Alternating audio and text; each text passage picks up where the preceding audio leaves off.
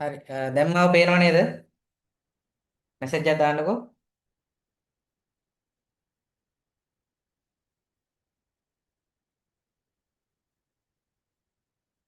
හරි රයිට්. හරි බොහොම ස්තුතියි.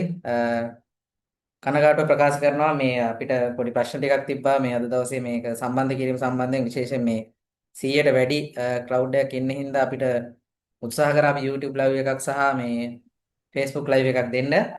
ඉතින් ඒක කරගන්න බැරි වෙන මේ අවස්ථාවේ ඒ නිසා අපි මේක රෙකෝඩ් එකක් විදිහට දාලා අපි අද දවසේ ඒක ෂෙයා කරන්න කටයුතු කරනවා. ඒ නිසා ලොග් වෙන්න බැරි කවුරු හරි ඉන්නවා නම් මේකේ රෙකෝඩින් එක බලන්න කියන්නේ ඒක YouTube එකේ දානවා අපි ඉස්සරහට. ඒ නිසා ඒක ගැන කාටවත් ලොග් වෙන්න බැරි නම් ඒ පණිවිඩය යාළුවට දෙන්න යාළුවෙක් ඉන්නවා නම්. හරි.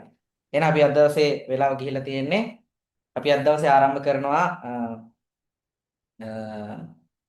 ශ්‍රී ලංකා ගුරු සේවයේ කාර්යක්ෂමතා කඩයින් විභාග සම්බන්ධව දැන් සැප්තැම්බර් මාසයේ තියෙනවා කියලා මාධ්‍ය නිවේදනයේ දාලා තියෙනවා. තාම ගැසට් එක ආවේ නැහැ. හැබැයි සැප්තැම්බර් මාසේ සහ ඔක්තෝබර් මාස සහ දෙසැම්බර් මාසේ මේ විභාග පැවැත්වෙනවා කියන දැනුම් දීම මේ වෙද්දී තියෙනවා. ඒ නිසා තමයි අපි අද දවසේ මේ වගේ හඳුන්වා දීමේ වැඩසටහනක් එක්ක මේ ශ්‍රී ලංකා ගුරු සේවයේ තුනේ එක ශ්‍රේණිය, දෙකේ දෙක ශ්‍රේණිය සහ දෙකේ එක ශ්‍රේණියේ ඉන්න ගුරු පවතුන් වෙනුවෙන් විශේෂ වැඩසටහනක් සූදානම් කරේ. ඉතින් අපි අද දවසේ බලාපොරොත්තු වෙනවා මේ සමහර ගුරුවරු ඉන්නවා මේ සම්බන්ධයෙන් දැනුවත් වීමක් නැහැ. සමහර අය දැනුවත් වෙලා ඉන්නවා. සමහර කට්ටිය දැනුවත් වුණාට ප්‍රශ්න තියෙනවා. විශාල ගැටලු රාශියක් තියෙනවා. සමහර කට්ටිය EB කරන්න ඕනද කියලා දන්නේ නැහැ. සමහර කට්ටිය මේක EB දෙකම කරන්න ඕනද? EB එක කරන්න ඕනද? ඔන්න ඔය වගේ ප්‍රශ්න ගොඩකට මුහුණ දීලා ඉන්නවා. ඉතින් ඔය සියලුම දේවල් සම්බන්ධයෙන් කතා කරන්න සමහර ප්‍රශ්න තියෙනවා. ඒවා අපිත් උත්තර දන්නේ නැහැ. අපිත් උත්තර හොයමින් පවතිනවා.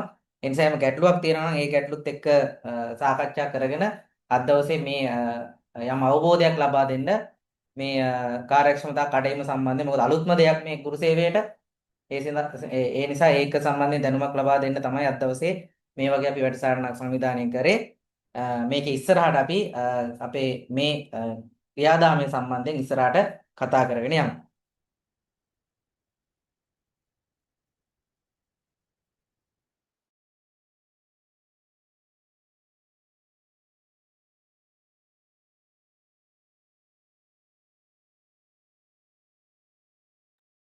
හරි. එහෙනම් අපි ඉස්සරහට කතා කරගෙන යමු. හරි. ප්‍රථමයෙන්ම මම සියලුම දෙනා ඉතා ආදරෙන් පිළිගන්නවා මේ වැඩසටහන සඳහා. එතකොට මම හඳුන්ලා දෙන්න ඕනේ දැන් මාව දන්න අය බොහොම මෙතන ඇති. හැබැයි මාව නොදන්න කට්ටිය වෙනත් ප්‍රදේශ වලින් මෙහා සම්බන්ධ වෙන අය මම ගැන නොදන්න කට්ටිය ඇති. ඒ නිසා එයාලට මම පිළිබඳ යම් හඳුන්වා දීමක් කරන්න මම බලාපොරොත්තු වෙනවා. මගේ නම චාමික ජයවර්ධන. මම වර්තමානයේ ශ්‍රී ලංකා අධ්‍යාපන පරිපාලන සේවයේ දෙවෙනි ශ්‍රේණියේ නිලධාරියෙක් විදිහට තමයි කටයුතු කරන්නේ. නියෝජ්‍ය අධ්‍යාපන අධ්‍යක්ෂකවරයෙක් විදිහට ගලේවිල අධ්‍යාපන කලාපේ. ඉතින් මේ තරඟ විභාග සම්බන්ධයෙන් යම් අත්දැකීමක් තියෙන මේ සම්බන්ධයෙන් කටයුතු කරලා තියෙන පුද්ගලයෙක් විදිහට මට පොඩි හැඟීමක් ආවා මේ සම්බන්ධයෙන් යම් දැනුවත් කිරීමක් කරන්න ඕනේ මේ තරඟ විභාග සම්බන්ධයෙන් යම් රැලි නිර්මාණය වෙලා තියෙනවා. ඒ රැලි සම්බන්ධයෙන් දැනුවත් කිරීමක් කරන්න ඕනේ. එතකොට මේ ගුරු සේවා කාර්යක්ෂමතා කටයුතු සම්බන්ධයෙන් යම් චෝදනා යෝජනා ගොනුවීම් පවතිනවා. මේ සම්බන්ධයෙන් කතා කරලා අද දවසේ මේ වැඩසටහන ඉවර කරන්න තමයි මම බලාපොරොත්තු වෙන්නේ. එතකොට කාර්යක්ෂමතා කඩේම කියන්නේ මොකක්ද? ඉස්සෙල්ලා මම කතා කරන්න බලාපොරොත්තු වෙන්නේ මේ කාර්යක්ෂමතා කඩේම කියන්නේ මොකක්ද කියලා. එතකොට කාර්යක්ෂමතා කඩේම කියන එක මොකක්ද කියලා සමහර අය දන්නේ නැහැ. සමහර කට්ටිය ඒ සම්බන්ධයෙන් අවබෝධයක් නැහැ. අවබෝධය තියන අය ඇති, සමහර අය දන්නේ නැතුව ඇති. ඒ නිසා මම අද බලාපොරොත්තු වුණා මේ කාර්යක්ෂමතා කඩයිම කියන්නේ මොකද්ද? මේකෙන් වෙන්නේ මොකද්ද කියන එක සම්බන්ධයෙන් දැනුවත් කරන්න. එතකොට අපි ගුරු සේවයේ හිටියට ගුරු සේවයේ අපි ඉන්නේ මෙන්න මේ කැටගරි යටතේ. කැටගරි කියන්නේ මේ රාජ්‍ය සේවය කියන එක රාජ්‍ය සේවය කියන එකේ තමයි අපි ඉන්නේ. එතකොට මේ රාජ්‍ය සේවය කියන එක අපිට අමතක කරන්න බෑ. අපේ මේ වැඩ කටයුතු කරගෙන යන්න. තොර රාජ්‍ය සේවය යම් යම් නීති රීති පද්ධතියකට අනුකූල වෙනවා. ආයතන සංග්‍රහය සහ මුදල් රෙගුලාසි කියන ප්‍රධාන නීති පද්ධතියට ඇතුල් වෙනවා. ඊට පස්සේ කාර්යපටිපාටික රීති තියෙනවා. එතකොට ගුරු සේවය කියන්නේ රාජ්‍ය සේවයක කොටසක්. අපිට එතකොට කොටසෙන් නැත්තම් ව්‍යුහයෙන් මිදෙන්න බෑ අපිට. එතකොට රාජ්‍ය සේවය කියන කුලකයේ ඇතුලේ ගුරු සේවය කියන උපකුලකයක්. ඒ නිසා ඒක අපි මතක තියාගන්න වෙනවා. ඒකත් එක්ක තමයි අපේ මේ වැඩ කටයුතු ඉස්සරහට යන්න වෙන්නේ. ඊළඟට මේ චක්‍රලේඛ අපි ආයතන සංග්‍රහය මුදල් රෙගුලාසිට අමතරව ඊළඟට අපිට තියෙනවා අධ්‍යාපන අමාත්‍යාංශයෙන් විසින් නිකුත් කරන චක්‍රලේඛ, ඊට පස්සේ රාජ්‍ය පරිපාලන අමාත්‍යාංශය විසින් නිකුත් කරන චක්‍රලේඛ නේද, ජනාධිපති කාර්යාලය නිකුත් කරන චක්‍රලේඛ, මේ වගේ චක්‍රලේඛ අනපනත් රාශියකට මේ රාජ්‍ය සේවය යටත් වෙනවා. එතකොට මේ රාජ්‍ය සේවයත් එක්ක තමයි අපේ වෘත්තීය ජීවිතය ඉස්සරහට යන්නේ. මේ රාජ්‍ය සේවය කියන කුලකයේ උපකුලකයක් විදිහට තමයි අපේ වෘත්තීය ජීවිතය ඉස්සරහට යන්නේ. එතකොට දැන් අපි ගත්තාම රාජ්‍ය සේවයේ දැන් අපි උපකුලකයක් නම් තවත් වෙනත් උපකුලක තියෙනවා. ඒතකොට මේ උපකුලක වලටත් මේ කාර්යක්ෂමතා කඩේම කියන එක වළංගු වෙනවා. ඒතකොට කාර්යක්ෂමතා කඩේමෙන් බලාපොරොත්තු වෙන්නේ යම් සේවාවක් තියෙනවා නම් ඒ සේවාවේ අර යාවත් කාලීන බව. කියන්නේ අපි ගත්තොත් එහෙම ලයිසන් එකක් ගත්තොත් එහෙම ලයිසන් එක කාලෙන් කාලට අලුත් කරන්න ඕනේ. ඒ වගේ අපි රාජ්‍ය සේවයට ඇතුළත් වුණාම එක එක කඩයින් වලදී නැත්නම් එක එක මට්ටම් වලදී අපේ මේ දැනුම යාවත් කාලින වෙලා තියෙනවද කියලා චෙක් කරලා බලන්න. ඒතොර ඒක රාජ්‍ය සේවයේ හැම සේවාවකටම පොදුයි. හැම සේවාවකට සංවල්දාරි සේවය ගත්තොත් කාර්යක්ෂම කඩේම තියෙනවා. කළමනාකරණ සේවා නිලධාරී සේවයක් ගත්තොත් ඒවට තියෙනවා. දැන් අනිත් හැම සේවාවකටම මේ කාර්යක්ෂමතා කඩේම කියන සංකල්පය නැත්නම් මේ කඩේම් විභාග පැවැත්වීම අනිවාර්ය වෙනවා. මොකද ඒවා සේවා ව්‍යවස්ථාවක් ගත්තාම හැම සේවාවකටම සේවා ව්‍යවස්ථාවක් තියෙනවා. ඒ ව්‍යවස්ථාවේ අනිවාර්යෙන් අඩංගු වෙන දෙයක් තමයි කඩයිම් විභාග තියන්න ඕනේ මෙන්න මේ මට්ටම් වලට යද්දි. ඒතකොට ඒකෙන් බලාපොරොත්තු වෙන්නේ අපි යම් කාර්යයක් කරනවා ඒ කාර්යයේදී අපි ඒ ප්‍රාප්ති මට්ටම් වලට ළඟා වෙලාද කියලා. හරි? එහෙම නැතුව දැන් අපිට එකම විදිහට ජීවිතය ගෙවන්න බෑනේ. ඒ වගේ තැන් වලදී අපේ කඩයිම් දෙනවා. ඉපදෙනවා නේද? ඊට පස්සේ තරුණ වෙනවා, අධ්‍යාපනයේ යම් යම් මට්ටම් වලට එනවා, කසාද බඳිනවා, දරුවෝ හදනවා, එහෙම යනවනේ. ඒ වගේ තමයි මේ රාජ්‍ය සේවයේ ආයතන පද්ධතිය තුල අපි රාජකාරී ජීවිතේ අපි මේ තැන් වලට අප්ඩේට් වෙලාද මේ ප්‍රාප්ති මට්ටම් වලට ළඟා වෙලාද කියලා චෙක් කරලා බලන පරීක්ෂණය තමයි මේ කාර්යක්ෂමතා කඩේම කියලා කියන්නේ. හරි. එතකොට මේ කාර්යක්ෂමතා කඩේමේ වැදගත්කම වෙන්නේ අපි වෘත්තීය සංවර්ධනය කරගන්න නම්. දැන් උදාහරණයක් විදිහට සංවල්දාරි සේවය තියෙනවා. හරි. මම දැන් ගුරු සේවයට තාම එන්න කලින් සංවල්දාරි සේවය උදාහරණයක් ගන්නම්. සංවල්දාරි සේවයේ සේවා ව්‍යවස්ථාවේ තියෙනවා යම් කාල සීමාවලදී කාර්යක්ෂමතා කඩේම 1 කාර්යක්ෂමතා කඩේම 2 සම්පූර්ණ කරන්න කියලා. එතකොට ඒ කාලවලදී ඒ සේවාව තුළින් අපි ලබා ගන්න අත්දැකීම් මෙන්න මේ කාර්යයන් සංවල්දාරි සේවයට පැවරලා තියෙනවා. ඒතර මේ පැවරලා තියෙනවා නම් ඒ කාර්යයන් අපි හරියට ඉෂ්ට කරනවද කියලා මැන බලන්නේ මේ කාර්යක්ෂමතා කඩේම. එහෙම නැත්නම් අපිට මයින්ඩ් විදියක් නැහැ. චෙක් කරලා බලන්න. එතකොට කාර්යක්ෂමතා කඩේම නිකන් ලිව්වා කියලා පාස් වෙනවද විභාගේ? එහෙම පාස් වෙන්නේ නැහැ. හරියට අපි ලකුණු මට්ටම ගත්තේ නැත්නම් අපි විභාගේ ෆේල් වෙන්න ඉඩ තියෙනවා. ඒ නිසා ඒක ඒ ප්‍රාප්තියට මට්ටමට ළඟා වෙලාද කියලා මේ කාර්යක්ෂමතා කඩේමෙන් චෙක් කරලා බලන හැම සේවාවකම. ඒතර මේ ගුරු සේවයේ කාර්යක්ෂමතා කඩේම ඇයි එන්නේ? ඒතර ගුරු සේවයට සේවාවක් ගුරු සේවයට තියෙනවා සේවා ව්‍යවස්ථා සංග්‍රහයක් තියෙනවා. නේද? සේවා ව්‍යවස්ථාවක් තියෙනවා. ඒක ඔයාලා කියවලා ඇති, බලලා ඇති. ඒ ව්‍යවස්ථාවේ තියෙනවා අපේ උසස් වීම දෙන්න කාර්යස්ථා කඩේම කියලා එකක් තියෙනවා. වෘත්තීය සමාලෝචනය කියලා තව සංකල්පයක් තියෙනවා. හැබැයි වෘත්තීය සමාලෝචනය කියන සංකල්පය මේ වෙද්දී අහෝසි කරලා තියෙනවා.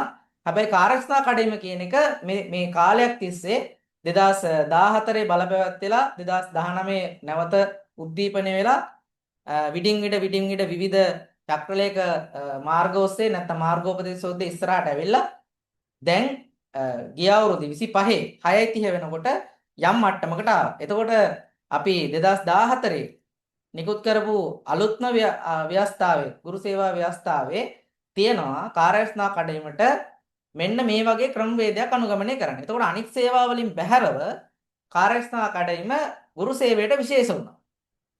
නේද? විශේෂ වුණා. ඒතොර මේ විශේෂ වුණේ කොහොමද? අර කඩයිම් විභාගයේ නැත්නම් අර පේපර් එකකින් මැනලා බලනවට වෙනුව එයාලට මොඩියුල් සිස්ටම් එකක් හදලා දුන්නා. ඒතොර මේ මොඩියුල් වලට මොඩියුල් ටිකක් හඳුන්වලා දීලා තිබ්බා. මේ මොඩියුල් වල හඳුන්වලා දුන්න එකේ පැය පැය කාල සීමාවක් තිබ්බා. කාර්යස්ථා කඩේම එකේ කට්ටියට පැය 96යි, දෙකේ කට්ටියට පැය 112යි, තුනේ කට්ටියට පැය 112යි. ওই විදිහට හඳුන්වලා දුන්නේ. ඒතකොට ඒවා කරපු කට්ටිය මෙතන නැහැ. හැබැයි දැන් එතනින් පස්සේ මොකද වුනේ? මේක සම්බන්ධයෙන් ගුරු සේවාවේ හිටපු කට්ටියම යම් යම් විරෝධතා පැන නැගුවා. නේද? යම් යම් විරෝධතා පැන නැගුවා. එතකොට මේ විරෝධතා පැන නැගුව හේතුව නිසාම අධ්‍යාපන අමාත්‍යාංශය තීරණය කරා යම් යම් සාකච්ඡාවලදී හරි. මේ මොඩියුල් සිස්ටම් එක අපි අවශ්‍ය කරන හැබැයි කාර්යක්ෂම කඩේම අවශ්‍ය කරන්න පුළුවන්ද? කාර්යක්ෂම කඩේම අවශ්‍ය කරන්න බෑ. හේතුව සේවා ව්‍යවස්ථාවේ අනිවාර්ය අංගයක් තමයි කාර්යක්ෂම කඩේම. ඒ කියන්නේ දැන් අපි එක තැනක ඉඳලා ඉදිරි පියවරට පයින්න නම් සම්පූර්ණ කර යුතු තියෙනවනේ අවශ්‍යතාව ටික. ඒ අවශ්‍යතාව ගත්තාම අනිවාර්ය අවශ්‍යතාවයක් තමයි කාර්යක්ෂම කඩේම කියන්නේ. ඒතකොට ඒක අයින් කරන්න බෑ. ඒ නිසා අර මේ මොඩියුල් සිස්ටම් එක කට්ටියට කරදරයි අමාරුයි කරන්න කියලා යුද්ධෝ නැත්නම් ඒකට විරෝධතාවයක් පැන්න නිසා සාකච්ඡා මට්ටමේ අවසානයේ වුණා මොකද්ද මේක වෙනස් සේවාවල වගේම විභාගයක් විදිහට පවත්වන්න කියලා. ඒ නිසා තමයි 2025 6:30න් පස්සේ අර මොඩියුල් සිස්ටම් එක අවශ්‍ය වෙලා මේ කාර්යක්ෂම කඩයිම් විභාගය කියන සංකල්පය මේ ගුරු සේවාවට හඳුන්වලා දෙන්නේ. තේරුණානේ? ත්‍රේ ගුරු සේවාවට ආවේ අන්න එහෙමයි. එතකොට දැන් මොඩියුල් සිස්ටම් එක අවශ්‍ය වෙලා තියෙනවා නේද? ගුරු මධ්‍යස්ථාන ගුරු වෘත්තීය සංවර්ධන මධ්‍යස්ථානය හරහා කරපු මොඩියුල් සිස්ටම් එක අවශ්‍ය වෙලා ඒ වෙනුවට ප්‍රශ්න පත්‍රයකට උත්තර ලියන කඩේ විභාගයට ඔයාලා අවිල්ල තියෙනවා. ඒතකොට ඒකේ විස්තර අපි ඉස්සරහට කතා කරමු. හරි. එතකොට දැන් මේ සම්බන්ධයෙන් කතා කරද්දී අපිට දැන් මට මේ ඊයේ පෙරේද ආරංචි වුණා දැන් මේකත් එපා කියලා යම් කට්ටියක් විරෝධතාවය ප්‍රකාශ කරනවා කියලා අපිට ආරංචියක් ආවා. ඉතින් ඒක කොයි තරම් දුරට සාර්ථක වෙයිද අසාර්ථක වෙයිද කියලා මම දන්නේ නැහැ. හැබැයි අපේ පැත්තෙන් බලපුවම ඒක අහෝසි කරන්න කියලා ඉල්ලීමක් කරන්න අයිතියක් නැහැ. රාජ්‍ය සේවයේ ඉන්න නිලධාරියෙක් විදියට. හේතුව තමයි අනිත් හැම සේවාවලම මේ කාර්යස්ථ කඩේම තියෙනවා. වෘත්තීයක යාවත් කාලේ මැන බලන්න නම් කාර්යස්ථ කඩේම අනිවාර්යයි. ඒතකොට ඒක අහෝසි කරන්න කියලා ඉල්ලුවට මං හිතන්නේ ඒක අහෝසි කරන්න පුළුවන් මට්ටමක තියෙනවා කියලා. ඒතකොට මේ විරෝධතාවය එක්ක පැන නැගින අනික් කාරණාව තමයි ඔය ශ්‍රේණි උසස් වීම ආසන්නයේ ඉන්න නිලධාරීන්ට ගුරු සේවයේ ඉන්න කට්ටියට ඔන්න ඔය විරෝධතත් එක්ක ලොකු අවාසාවකට තැන්ගෙනවා. දැන් මම දන්නවා පුද්ගලිකවම ඒ වගේ ඔය යම් චක්‍රලේඛ හරියට අඳුරගත්තේ නැතුව ක්‍රියා කරපු නිසා දැන් මේ වෙද්දි උසස් වීම නැතුව වැටුප් පරදක නැතුව ඉන්න පිරිසක් වර්තමානයේ වෙද්දි ඉන්නවා. එතකොට දැන් මෙහෙම අවස්ථාවක් දීලා තියෙද්දි දැන් කලින් එක එපා කියලා මේ අවස්ථාව ආවේ. ඒතර මේ අවස්ථාවත් එපා කියනවා නම් ඒ විරෝධතාවයේදී නැවත ඔයවා සමාලෝචනය කරන්න ගියොත් එහෙම වුණොත් එහෙම ආයෙ මොකද වෙන්නේ? විභාගය කල් යනවා අර ශ්‍රේණි උසස් වීම බලාගෙන ඉන්න ආසන්නයේ ඉන්න කට්ටියට ඔන්න නැවත ප්‍රශ්නයක් එනවා මේ උසස් වීම ළඟා කර ගැනීම සම්බන්ධයෙන්. ඒ නිසා මේවා ගැන කටයුතු කරද්දී ඉතා ප්‍රවේශයෙන් කටයුතු කරන්න ඕනේ. මොකද වෘත්තියක් කියන්නේ සංවර්ධනයේ විය යුතු එකක්. දැන් ශ්‍රී ලංකා අධ්‍යාපන පරිපාලන සේවය ගත්තොත් අපේ සේවා ව්‍යවස්ථාව අනුව 3 ශ්‍රේණිය ඉඳන් 2 ශ්‍රේණියට යන්න තියෙනවා PGDE කරන්න ඕනේ. ඊට පස්සේ EB එක කරන්න ඕනේ. ඊට පස්සේ පැය දවස් 5ක කියන්නේ පැය 40ක ධාරිතා සංවර්ධන වැඩසටහනක ඉන්න ඕනේ. ඒතර එහෙම වුණොත් තමයි අපිට 2 ශ්‍රේණියට උසස් වෙන්න පුළුවන්. ඒතර 2 ශ්‍රේණියේ ඉඳලා නැවත 1 ශ්‍රේණියට යන්න නම් මාස්ටර් එකක් කරන්න M.Ed එකක් කරලා තියෙන්න ඕනේ. EB 2 සම්පූර්ණ කරලා තියෙන්න ඕනේ. පැය 80ක ධාරිතා සංවර්ධන වැඩසටහනක යෙදිලා ඉන්න ඕනේ. එතකොට ඒක සම්පූර්ණ කරොත් විතරයි එකට යන්න පුළුවන්. එතකොට හැම සේවාවකම ඔන්න ඔය නීති රාමුවකට යටත් වෙනවා. එතකොට අපි ගුරු සේවාවේ ඉන්නවා තමයි කට්ටිය ගොඩක්. එතකොට මේ කට්ටිය ගොඩක් ඉඳලා යම් බලපෑම් කරන්න ගියපම අපිට සමහර තැන්වලදී මේක දැන් අපි කියමු විභාගයක් තියෙනවා. විභාගයේ පාඩම් කරලා අපි විභාග ලියලා තියෙනවා නේද? ලියලා පාස් වෙන්න පුළුවන්. හැබැයි අර වගේ යම් බලපෑම් ඒවත් සමහරවල් පටු අරමුණුන් කරන කට්ටියක තියෙනවා. අපි දන්නවා ඒක. සමහර කට්ටිය පටු අරමුණු වලින් මේවා කරන්නේ පොදු යහපත සඳහා නෙවෙයි. හරිද? අන්න එහෙම පටු අරමුණු වලින් කරපුවාම වෙන්නේ අර පොදුවේ ඉන්න කුලකයක් ඉන්නවා. එයාලට යම් අසාධාරණ වෙනවා අර උසස් වීම ආසන්න මට්ටමේ ඉන්න කට්ටිය. ඒ නිසා ඒ ගැන යම් අවධානයකින් කටයුතු කරන්න කියන එක මම මේ වෙලාවේදී මතක් කරනවා. හරි. එතකොට මේ අද දවසේ මෙහෙම දැන් මේ පන්තියක් පවත්තන්න හේතු. පන්තියක් පවත්තන්න හේතුවක් කියන්න බෑ නේද? ඔන්න මම හේතු 4ක් දාලා තියෙනවා. එකක් තියෙනවා මගේ ආර්ථික අරමුණක් තියෙනවා. ඒ කියන්නේ පන්තියක් කරනවා නම් යම් ආර්ථික ප්‍රතිලාභයක් බලාගෙන කරන්නේ. ඒක මගෙත් තියෙනවා. ඒක මම බොරු කියන්නේ. ඒක එකක්. එක පැත්තක්. එතකොට ඊට එහා ගියපු තව සංකල්ප ටිකක් තියෙනවා. ඒකේ තව එකක් තමයි මේ ප්‍රමිතියෙන්තර පන්ති කලාව කියන්නේ. දැන් වර්තමානයේ වෙද්දි තරඟ විභාග වලට විවිධාකාර පන්ති දෙනවා විවිධාකාර නාම වල. හරිද? සමහර කට්ටිය 3000 4000 ක්ලාස් වල ඉන්නවා 5000 ක්ලාස් වල ඉන්නවා නේද? එහෙම කට්ටිය ඉන්නේ. එතකොට ඒවා කොච්චර දුරට මේ අපේ වැඩිහිටි අධ්‍යාපනයට ගැලපෙනවද? නැත්නම් මේ තියෙන අපේ සමාජ මට්ටමට ගැලපෙනවද? ආර්ථික මට්ටමට ගැලපෙනවද කියන එක යම් යම් ප්‍රශ්නකාරී තත්ත්වයන් මතුවෙනවා. උදාහරණයක් විදිහට දැන් පහුගිය දවස්වලම මම දැක්කා විදුහල්පති සේවා විභාග තිබ්බා, ගුරු සේවා විභාග තිබ්බා. සමහර කට්ටිය පන්ති කරනවා උදේ ඉඳන් රෑ 2 3 වෙනකන්. ඊට පස්සේ සමහරලාට අද පටන් ගෙන දවස් 20ක කෝස් එකක් එක දිගට කරනවා. તો නිකන් සාමාන්‍ය උදාහරණයක් අපි නිකන් සාමාන්‍ය හිතලා බැලුවොත් එහෙම දැන් අද කරන එක හෙටත් දැන් දෙයක් කරපුවම අද කරපු එක ආය නැවත පරිශීලනය කරන්න අවස්ථාවක් තියෙනවද? අපි වැඩිහිටි පුද්ගලයෝ විදියට පොඩි කට්ටිය නම් සමහරට කියන්න බෑ. අපි වෙන රාජකාරී කරනවා. ඒතර ඊළඟ දවසේ කියපුවම ඊළඟ දවසේ මිස් වුණොත් එහෙම ඒ දවසේ වීඩියෝ එක බලන්න වෙන්නේ. එතකොට දැන් දවස් 20ක් විතර මේ විදිහට ඇද්දාම අපි අර පරිශීලනය කරන දේවල් අපිට ග්‍රහණය කරගන්න අවස්ථාවක් නැහැ. එතකොට කෝස් එක යනවා. කෝස් එක යනවා කන්ටෙන්ට් තියෙන ඕන තරම් එයාලා කන්ටෙන්ට් එක කරගෙන යනවා. අවසාන බලපුවම අවසාන ඉතුරු වෙන දෙයක් නැහැ. නේ විභාගෙ ලියන්න යන්න අපි මෙනෙහි කරලා පරිකල්පනය කරලා අපි ගොඩනගාගත්ත දෙයක් තියෙන්න එපා. ඒතර අන්නේ අවස්ථාව නැතුව යනවා. ඊට පස්සේ මොකද වෙන්නේ? එතනින් එහාට අපිට මේ අපි බලාපොරොත්තු වෙන ප්‍රාප්ති මට්ටම් වලට අපේ විභාගය තුල ළඟා කරගන්න බැරි වෙන එක එහෙමම තමයි. ඊළඟට තව ප්‍රශ්නයක් තියෙනවා. දැන් මේවා ලේසිනේ. සාමාන්‍ය දැනීම ටිකක් හොයාගත්තාම විභාගයක් කරන එක ලේසි. IQ ටිකක් හදන්න පුළුවන් වුණා විභාගයක් කරන එක ලේසි නේද? මොකක් හරි නේද? Facebook ad එකක් දා ගන්නවා, YouTube ad එකක් දා ගන්නවා.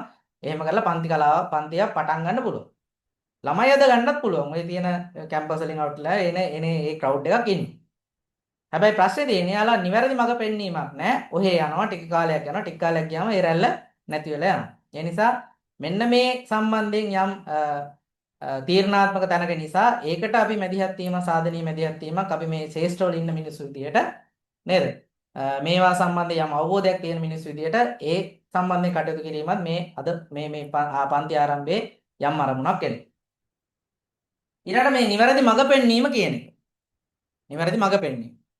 දැන් මම කියවනේ ඕන කෙනෙකුට පන්තියක් පටන් ගන්න පුළුවන්. එයාලගේ සුසුකම් මොනවද අදාළ නැහැ. මොන දේවල් කරනවද නැහැ. මොකද දැන් ඉස්සර නම් ෆිසිකල් ක්ලාස් එකකට යනවා. මනුස්සයා දැක්කම මේ වගේ එකෙක් ඉන්නවා. මේ මනුස්සයාගේ සුසුකම් මෙහෙමයි කියලා හොයලා බලන්න පුළුවන්. ඉගැන්වීමේ රටාව පේනවා.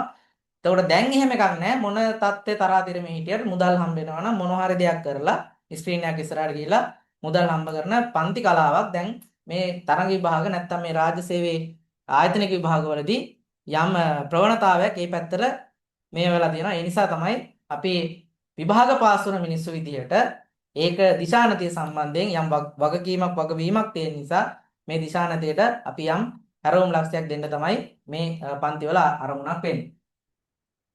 ඊළඟ මේ ප්‍රායෝගික භාවිතවල දුබලතා කියලා මම සඳහන් කරලා තියෙන්නේ අපි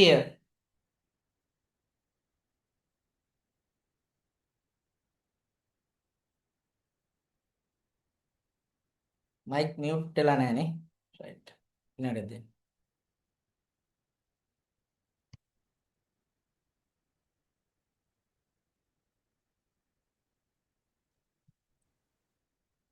හරි. දැන් මියුට් වෙලා ඇති. ප්‍රායෝගික භාවිතවල දුබලතා කියන්නේ මේ කාර්යක්ෂමතා කඩවීම කියන්නේ තියන්නේ විභාගයක්. ඔබේ වෘත්තීය ජීවිතයේ ඒ කාලවලදී ළඟාගත්ත යුතු ප්‍රාප්ති මට්ටම් චෙක් කරලා බලන්න මේ කරනවා කියලා මේ විභාගෙත් මම කිව්වනේ මුලින්ම. එතකොට දැන් සාමාන්‍යයෙන් මේ කාර්යක්ෂමතා කඩවීමේ අරමුණ තමයි එයාලා මේ සේවාවේ නිරත වෙලා යම් අත්දැකීම් ප්‍රමාණයක් ලබාගෙන ඉන්නේ. ඇත්තට මේ ක්ලාස් යන්න ඕනේ නැහැ. EB ලියන්න ක්ලාස් යන්න ඕනේ නැහැ. හරි ක්ලාස් යන්න ඕනේ. හැබැයි එහෙම ක්ලාස් යන්නේ නැතුව ලියා ගන්න EB බැරි වෙන හේතුවක් තියෙනවා. මම දැන් ඔයාලට මේක අලුත් දෙයක් නිසා මම ඔය වෙනත් සේවාවකින් කියන උදාහරණය සංවර්ධන සේවය. සංවර්ධන නිර්ධාර සේවය DOලා කියන්නේ. එතකොට දැන් DOලා විවිධ ආයතන වල සේවය කරනවනේ. විවිධ ආයතන වල සේවය කරනවා. එතකොට එයාලට යම් කාල සීමාවක් මම හිතා මට මතකද අවුරුදු 3යි වෙනවා. අවුරුදු 3කින් පස්සේ EB1 එක තියෙනවා. හරි? EB1 එක තියෙනවා. එතකොට EB1 එක තිබ්බහම එයාලගෙන් ඒකේ මනිනව මොනවද? ආයතන සංග්‍රහය මුදල් රෙගුලාසි සම්බන්ධයෙන් එයාලගේ දැනුම. ඊට පස්සේ කාර්යාල කටයුතු සම්බන්ධයෙන් එයාලගේ දැනුම. නේද? ඊට පස්සේ ඒ තියෙන අනපනත් ඔස්සේ එයාලගේ තියෙන දැනුම පරීක්ෂා කිරීම තමයි කාර්යක්ෂා කඩීමේ වෙන්නේ. හැබැයි ප්‍රශ්නේ තියෙන්නේ දැන් සංවල්ධාරී සේවය ගත්තාම දැන් අපේ ඉස්කෝලවලත් ඉන්න සංවල්ධාරී සේවයේ කට්ටිය.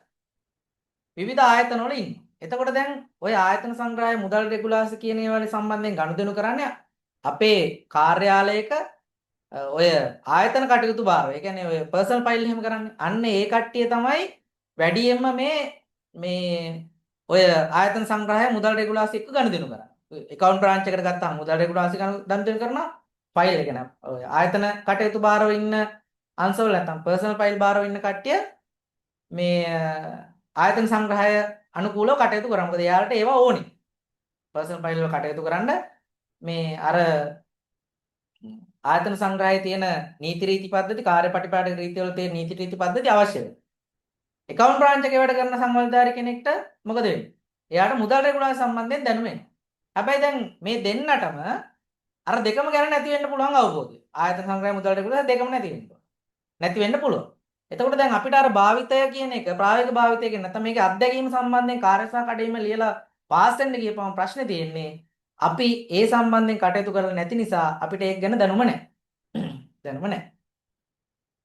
ඊළඟට මේ ඉස්කෝලේ ගෙන්න අපි සංවල්ධාරී සේවයේ කෙනෙක් ගත්තොත් එයා කරන්නේ උගන්වන්නේ. ඒතකොට එයාට ඔය ආයතන සංග්‍රහය මුදල් රෙගුලාසි මුකුත් අහුවෙන්නේ නැහැ. හැබැයි එයාත් ගිහිල්ලා විභාග ලියන්න ඕන ආයතන සංග්‍රහය සහ මුදල් රෙගුලාසි. ඒතකොට ප්‍රායෝගික භාවිතවල යම් යම් ගැටලුකාරී තත්ත්වයන් තියෙනවා. එතකොට අපිට ඒක ගිහිල්ලා අර කාර්යක්ෂා කඩේමේ මනිද්දී ඒකට ඕන උත්තර ටික අපිට ලියා ගන්න බැරි. සරල උදාහරණයක් මම කිව්වේ. එතකොට අපිට ඕන වෙනවා ඒකට අමතර දැනුමක් උපය ගන්න. ඒ නිසා අපි අමතර පන්තියකට සහභාගී වෙලා මේ දැනුම උපය ගන්න වෙනවා. දැන් මං සංවල්ධාරී සේවයේ හිටපු නිලධාරියෙක් මං ඒකට අදාළ කාර්යක්ෂා කඩේම දෙකක් ලියලා තියෙනවා. ඊළඟ ශ්‍රී ලංකා අධ්‍යාපන පරිපාලන සේවයට ආපුවම මේ වෙද්දී ඒ කාර්යක්ෂා කඩේම දෙකම සම්පූර්ණ කරලා දෙනවා. ඒ එක්සෑම් හතරක්ම ලියලා තියෙනවා. 2014 ඉඳලා 26 වෙද්දී. හැබැයි හැම එකටම මම මොකද කරේ යම් උපකාරයක් ලබාගෙන තියෙනවා. ඒ දැනුම තියෙන සම්බන්ධ නිලධාරීන් පන්ති කරනවා නේද? පොත් ලියලා තියෙනවා. ඒ සම්බන්ධයෙන් දැනුම අරන් තමයි විභාගේ පාස් වෙලා තියෙන්නේ. එතකොට ඒ හරියට දැනුම උපය ගන්න බැරි වුණ කට්ටිය සමහරවිට ආයතන සංග්‍රහය මුදල් රෙගුලාසි කාර්යාල කටයුතු කියලා පේපර්ස් 3ක් තිබ්බොත් සමහරවිට මේ පේපර් තුනම එකපාර පාස් වෙන්න බැරි වෙන කට්ටියක් ඉන්නවා. මොකද හරි දැනුමක් නැති නිසා. සමහර කට්ටිය එකක් පාස් වෙනවා දෙකක් පේනවා. ඊට පස්සේ ඊළඟ සැරේ ආයෙ ලියලා තව එකක් පාස් වෙනවා. ඔහොම අමාරුවෙන් EB කරන කට්ටියකුත් ඉන්නවා. එතකොට අපි ප්‍රායෝගික භාවිතේ චෙක් කරාට අපිට ඒවා ප්‍රායෝගික භාවිතේ අහුුන්නේ නැත්නම් මොකද වෙන්නේ? අපිට මේ විභාගේ සමත් වීමේ ගැටලුකාරී තැන් එනවා. ඒ නිසා තමයි මෙහෙම පන්තියක් කරලා අපි දන්න දැනුම ඔබත් එක්ක ෂෙයා කරගන්න මේ උත්සාහ කරන්නේ.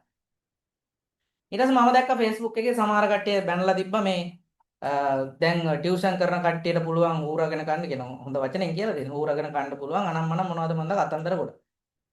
මට පස්සේ කල්පනා වුණා දැන් අපේ ගුරු සේවයේ ඉන්න කට්ටියක් ටියුෂන් කරනවානේ. ගුරු සේවයේ ඉන්න කට්ටියක් ටියුෂන් කරනවා. එයාලා හැම එකටම ටියුෂන් කරනවානේ ඇත්තටම ගත්තොත් එහෙම. එතකොට ඉතින් ගුරුසේ මේ ටියුෂන් සම්බන්ධ විවේචනය කිරීමත් යම් ගැටලුකාරී තත්ත්වයක් තියෙනවා. ඉතින් මම ඒක තවදුරටත් අධ්‍යයනය කරලා බලනවා. එතකොට මේ ගෲප් වලම එහෙම කියන කට්ටියම එතකොට එහෙම කියද්දි මොකද වෙන්නේ? දැන් ඒක ඕක ගැන දැනුමක් නැති කට්ටිය මේක පස්සේ යනවා. හරි? එතකොට මොකද වෙන්නේ? මේ පේජස් ජනප්‍රිය වෙන්නේ. දැන් අපි ගත්තොත් ලක්ෂ 2කමාරකට ආසන්න ප්‍රමාණයක් ගුරු සේවයේ කට්ටිය ඉන්නවනේ. එතකොට ඕකෙන් ලක්ෂ 2ක්ම මේ EB1 2 3 කියන තුනට අයිති වෙනවා. ඒතර හොඳ පේජ් එකක් හදාගෙන ඒක ප්‍රොමෝට් කරපුවාම මොකද දන්නේ නැති කට්ටිය ඕක පස්සෙන් ගියාම මේ පේජ් නිකම්ම ප්‍රොමෝට් වෙනවා නිකම්ම යාලට මුදල් හම්බ. ඒක තමයි අරමුණ. හරි? නැත්නම් EB ගැන දන්නවනම් එහෙම කියන්නේ නැහැ කවුරු. මොකද ලංකාවේ වෙනස් සේවාවල හැම සේවාවකම EB තියෙනවා. ඒ හැම EB එකකටම ක්ලාස් කරනවම දන්නවා. දැන් මල්ලිකා ජයවර්ධන කියලා ප්‍රසිද්ධ ඉන්නේ මේ දේශිකාව ක්ලාස් කරනවා. ඊට පස්සේ අපේ තව ඉන්න රාජ්‍ය පරිපාලන ආයතන අධ්‍යක්ෂ ජෙනරාල් ළඟ ඉන්න නාලක දිසානායක කරනවා ක්ලාස්. එයාලා කරන්නේ එයාලගේ දැනුම දීලා එයාලා යම් මුදලක් උපයනවා තමයි. හැබැයි ඒ උපයලා අර EB වලට අදාළ මේක මේ මහා ලොකු තරඟ විභාගයක් නෙමෙයිනේ. ලකුණු යම් සීමාවක් කරන් පාස් වෙන්න ඕනේ ගන්න. එනිසා එයාලා පන්තියක් කරලා යම් මුදලක් උපයලා අර ඕන දැනුම ලබා දෙනවා.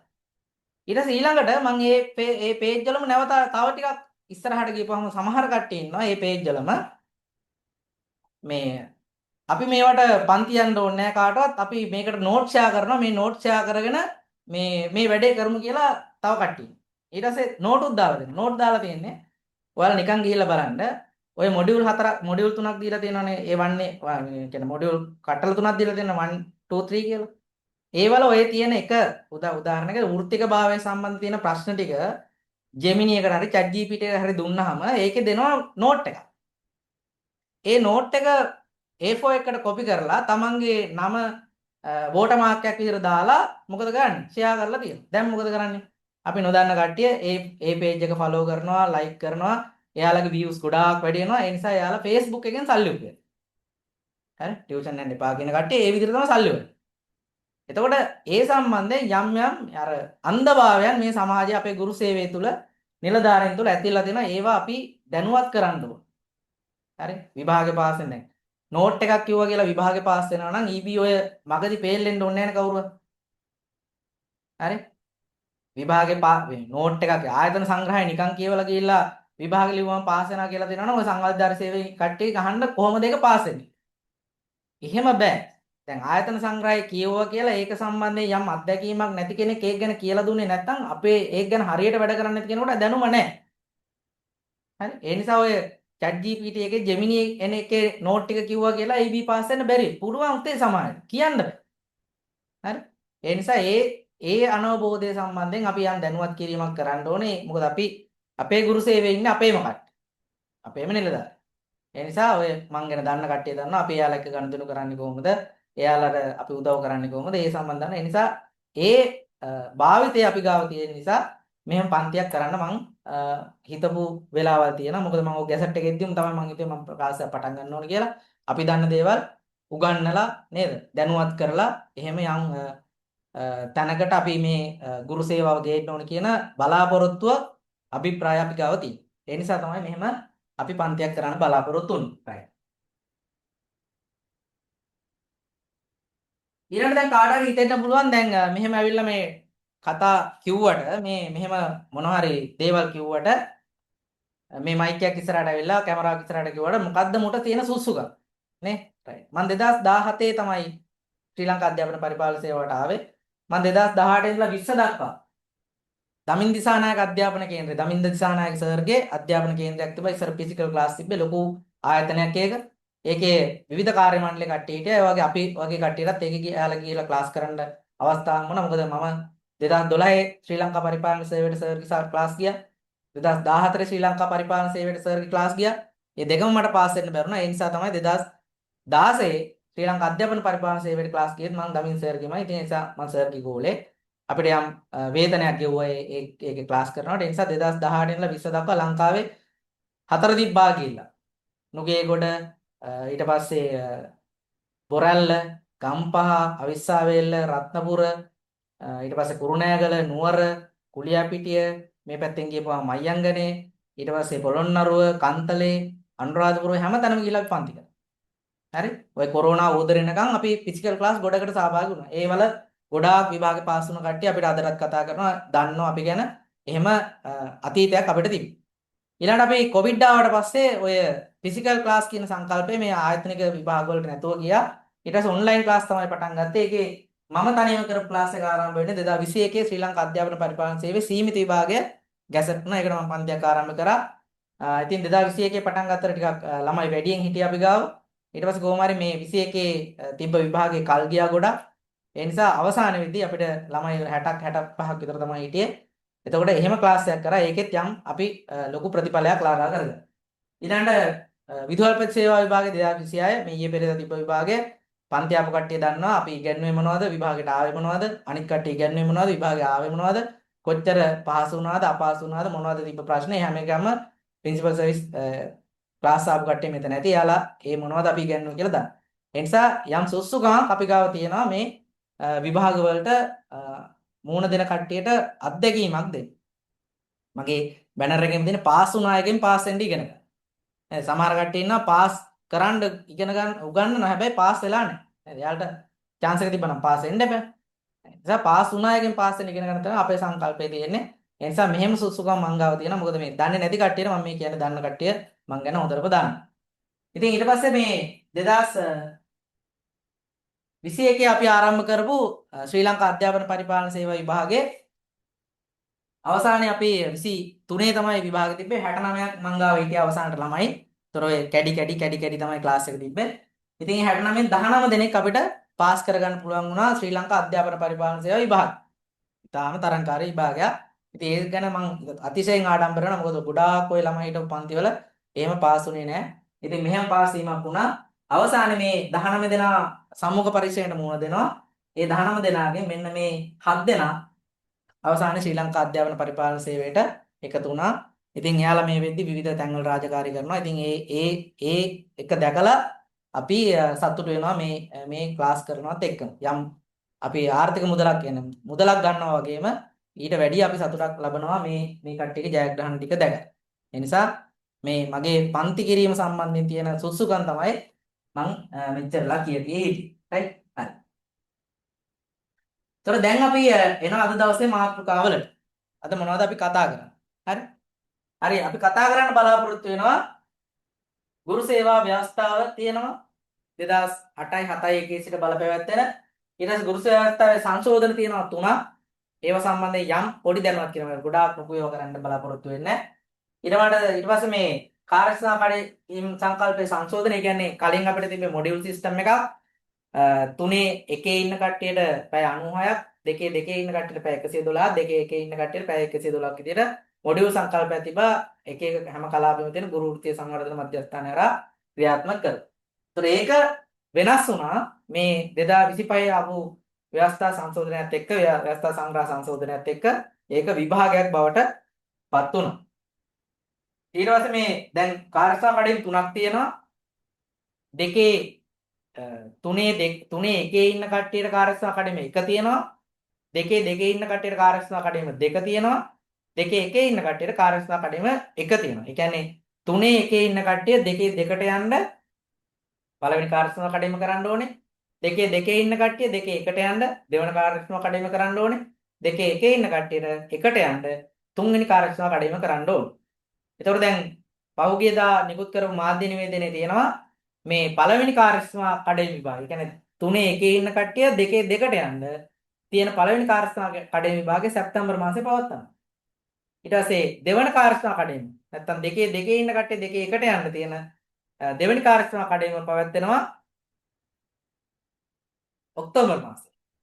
ඊළඟට තුන්වෙනි කාර්යක්ෂමතා කඩේම නැත්තම් දෙකේ එකේ ඉන්න කට්ටිය එකට යන්න තියෙන කාර්යක්ෂමතා කඩේම පවත්වනවා දෙසැම්බර් මාසේ. ඔන්න ඔහම කාලවකවානු ටිකක් මාධ්‍ය නිවේදනයේ දාලා තියෙනවා. මොකද දැන් මේ විභාගේ ඉක්මනට තියන්න වෙනවා. මොකද මේ කාර්යක්ෂමතා කඩේම සම්පූර්ණ කරගන්න බැරුව උසස් වීම ගන්න බැරුව තමන්ගේ වැටුප් පරදක උපය ගන්න බැරි විශාල පිරිසක් මේ වෙද්දි ලංකාවේ ගුරු සේවය තුල ඉන්නේ. එයාලා ලොකු පීඩනයක මේ වෙලාවෙ ඉන්නේ. ඒ නිසා ඉක්මනට මේ විභාග ටික තියලා උසස් වීම ටික දීලා වැටුප් පරදක ටික දීලා තියෙන අසහනය සමනය කරගන්න ඕනේ අධ්‍යාපන අමාත්‍යාංශ නැත්නම් ලොකු ප්‍රශ්නයක් වෙනවා. ඒ නිසා මේ විභාග ටික ඉක්මනට තියන්න තමයි බලාපොරොත්තු වෙන්නේ. දැන් එක්සෑම් එක රෙජිස්ටර් වෙලා නැහැ තාම. ඒ කියන්නේ විභාග දෙපාර්තමේන්තුවේ ඇප්ලිකේෂන් කෝල් කරේ නැහැ තාම. හැබැයි මාධ්‍ය නිවේදනය දාලා තියෙනවා මෙන්න මේ ආවල් දවස්වල විභාගේ පැවැත්වෙනවා. එතකොට මේ විභාගේ පැවැත්වෙනවා දැන් සැප්තැම්බර් තියෙනවා නම් අපිට තියෙන තව මාස 3යි. එතකොට මේ කාර්යක්ෂමතා කඩේමට මහන්සි වෙන්න නම් මාස 3ක්වත් අපි මේ තියෙන මාතෘකා සම්බන්ධයෙන් යම් කරුණු ටිකක් අපි උපය ගන්න ඕනේ. එකපාර ගිහින් විභාගය ලියන්න බෑ. එතකොට ඔක්තෝබර් මාසෙ තියෙනවා නම් තව මාස 3ක් විතර අපි තියාගන්න ඕනේ. දෙසැම්බර් තියෙනවා නම් තව මාස 3ක් විතර තියාගෙන මේ විභාගෙට සූදානම් වීමක් කරගන්න ඕනේ. හරි. එතකොට දැන් අපි මම මේ 2025 7 8 නිකුත් කරපු මේ 2444 21ද කියන ගැසට් පත්‍රයේ තියෙනවා මේ සංශෝධනයේ. මේ සංශෝධනයේ වෙලා තියෙන්නේ මොනවද? අපේ ගුරු සේවය 2008යි 7යි 1යි සිට බලපැවැත්වෙන ගුරු සේවයේ සේවා ව්‍යවස්ථාවේ සංග්‍රහයේ එතර කල් පැවති 2025 6යි 30 අවලංගු වෙච්ච මොඩියුල් සිස්ටම් එක නැත්නම් කාර්යක්ෂමතා කඩේම සම්පූර්ණ කරේ මොඩියුල් සිස්ටම් එක. පැය 96 සම්පූර්ණ කරපුවාම පළවෙනි කාර්යක්ෂමතා කඩේම ඉවරයි. තුනේ එකේ ඉන්න කට්ටිය. ඊළඟට පැය 112 තියෙන මොඩියුල් සිස්ටම් එක නැත්නම් මොඩියුල් ටික සම්පූර්ණ කරපුවාම දෙකේ ඉන්න කට්ටිය ඉවරයි. දෙකේ තියෙන මේ කාර්යක්ෂමතා කඩේම ඉවරයි. ඊට දෙකේ එකේ ඉන්න කට්ටිය එකට යන්න පැය 112 සම්පූර්ණ කරපුවාම ගුරු වෘත්තීය සංවර්ධන මධ්‍යස්ථාන කියලා ඒ මොඩියුල් ටික සම්පූර්ණ කරපුවාම එයාගේ කාර්යක්ෂමතා කඩේම ඉවරයි. ඒ නිසා දැන් ඒ තියෙන එක 2025 ආයතයෙන් අවලංගු වෙලා මොකද උනේ? ඒ වෙනුවට ලිඛිත විභාගයක් බවට මේක පත් වුණා. ලිඛිත විභාගයක් බවට පත් වුණා. ඒතකොට ලිඛිත විභාගයේ මේ තියෙන සංශෝධනත් එක්ක මොකද කරලා තියෙන්නේ අපිට මොඩියුල් කියන්නේ මොඩියුල් කට්ටල තුනක් අපිට දීලා දෙනවා. පළවෙනි කාර්යස්ථාන කඩේමට මොඩියුල් කට්ටලයක්, දෙවෙනි කාර්යස්ථාන කඩේමට මොඩියුල් කට්ටලයක්, තුන්වෙනි කාර්යස්ථාන කඩේමට මොඩියුල් කට්ටලයක්. ඒතර ඒ තියෙන ඒකේ තියෙන මාතෘකාව ඔස්සේ, ඒකේ තියෙන කරුණු ඔස්සේ අපේ මේ ප්‍රායෝගික භාවිතයත් එක්ක අපි ගාව තියෙන දැනුම කොච්චර මොනවද කියලා පරීක්ෂා කරලා බැලීම තමයි ඔය EB එක්සෑම් එකේදී කරන්නේ. කාර්යස්ථාන කඩේමේ විභාගයේදී කරන්නේ. ඒතර ඒක සම්බන්ධයෙන් මේ ගැසට් එකේ විස්තර ගොඩක් තියෙනවා.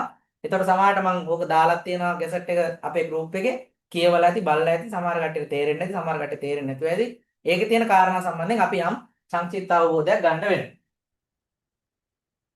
එතකොට මේ කියන මේ නව විභාග ව්‍යුහ කියන එක ස්වයං අධ්‍යයන මොඩියුල් මත පදනම් වූ නව විෂය නිර්දේශය සහ සමත් වීමේ නිර්ණය. ඒ කියන්නේ අර මොඩියුල් එකක් තියෙනවා මොඩියුල් එක බලලා ඉගෙනගෙන ඒකෙන් විභාග ලියන්න ඕනේ කියලා තමයි ඕකේ කියලා තියෙන්නේ. එතකොට මේ කාල සීමාවක් තියෙනවා. කාල සීමාව මොකද්ද? 3 ඉන්න කට්ටිය 3 කියන්නේ 3 සහ 3 කියන්නේ ඉංග්‍රීසියෙන් කිව්වොත් 3 සහ 3 B. 3 කියන්නේ කවුද? ශික්ෂණ වේදී ඩිප්ලෝමාධාරීන් ගුරු සේවයට බඳව ගන්න ශ්‍රේණි. 3 කියන්නේ නැත්නම් 3 කියන්නේ උපාධාරීන් ගුරු සේවයට බඳව ගන්න පන්තිය ශ්‍රේණිය. එතකොට මේ කට්ටිය දෙකට යන්න මොකද කරන්න ඕනේ? පත් වීම අරන් වසර 3ක් ඇතුළත පළවෙනි කාර්යස්ථාන කඩේම සමත් වෙන්න ඕනේ. පළවෙනි කාර්යස්ථාන කඩේම සමත් වෙන්න ඕනේ. ඊළඟ දෙකේ ඉන්න කට්ටිය 2කට යන්න 2ටපත් වුණ දවසේ ඉඳලා 2ටපත් වුණ දවසේ ඉඳන් වර්ෂ 4ක් ඇතුළත අවුරුදු 4ක් ඇතුළත දෙවෙනි කාර්යස්ථාන කඩේම පාස් වෙන්න ඕනේ. එතකොට මාස 6න් ආයෙත් ගැසට් කරනවා කියලා තියෙනවා. සමහරට එහෙම වෙන්නේ නැති වෙන්න පුළුවන්. ඒතර අන්නේ කාල සීමාවේ දැන් අපි කියමුකෝ පේපර් දෙකක් තියෙනවා නම් ඒ පේපර් දෙකෙන් එකක් පාස් වෙලා ඊළඟට ආය මේ එකක් ෆේල් වුණොත් එහෙම ඊළඟ එක කරන්න. අවුරුදු 4 ඇතුළත සම්පූර්ණ කරගන්න. ඊළඟ දෙකේ ඉන්න කෙනෙක් දෙකේ එකට යන්න මොකද කරන්න ඕනේ? දෙකටපත් වෙලා. සෝරි. දෙකේ කෙනෙක් එකට යන්න. මොකද කරන්න ඕනේ? දෙකේ එකටපත් වෙලා අවුරුදු 4ක් ඇතුළත තුන්වෙනි කාර්යස්ථාන කඩේම සමත් වෙන්න ඕනේ. එහෙම කෙනෙකුට එකට යන්න පුළුවන්. හරි? තේරෙනවනේ සංග දේවල්.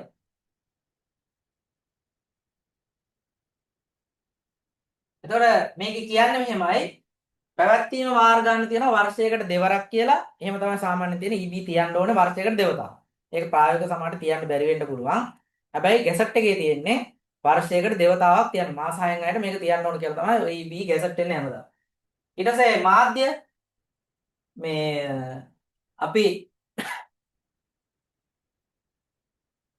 අපිට මේක දෙන සෝස් එක මොකද්ද?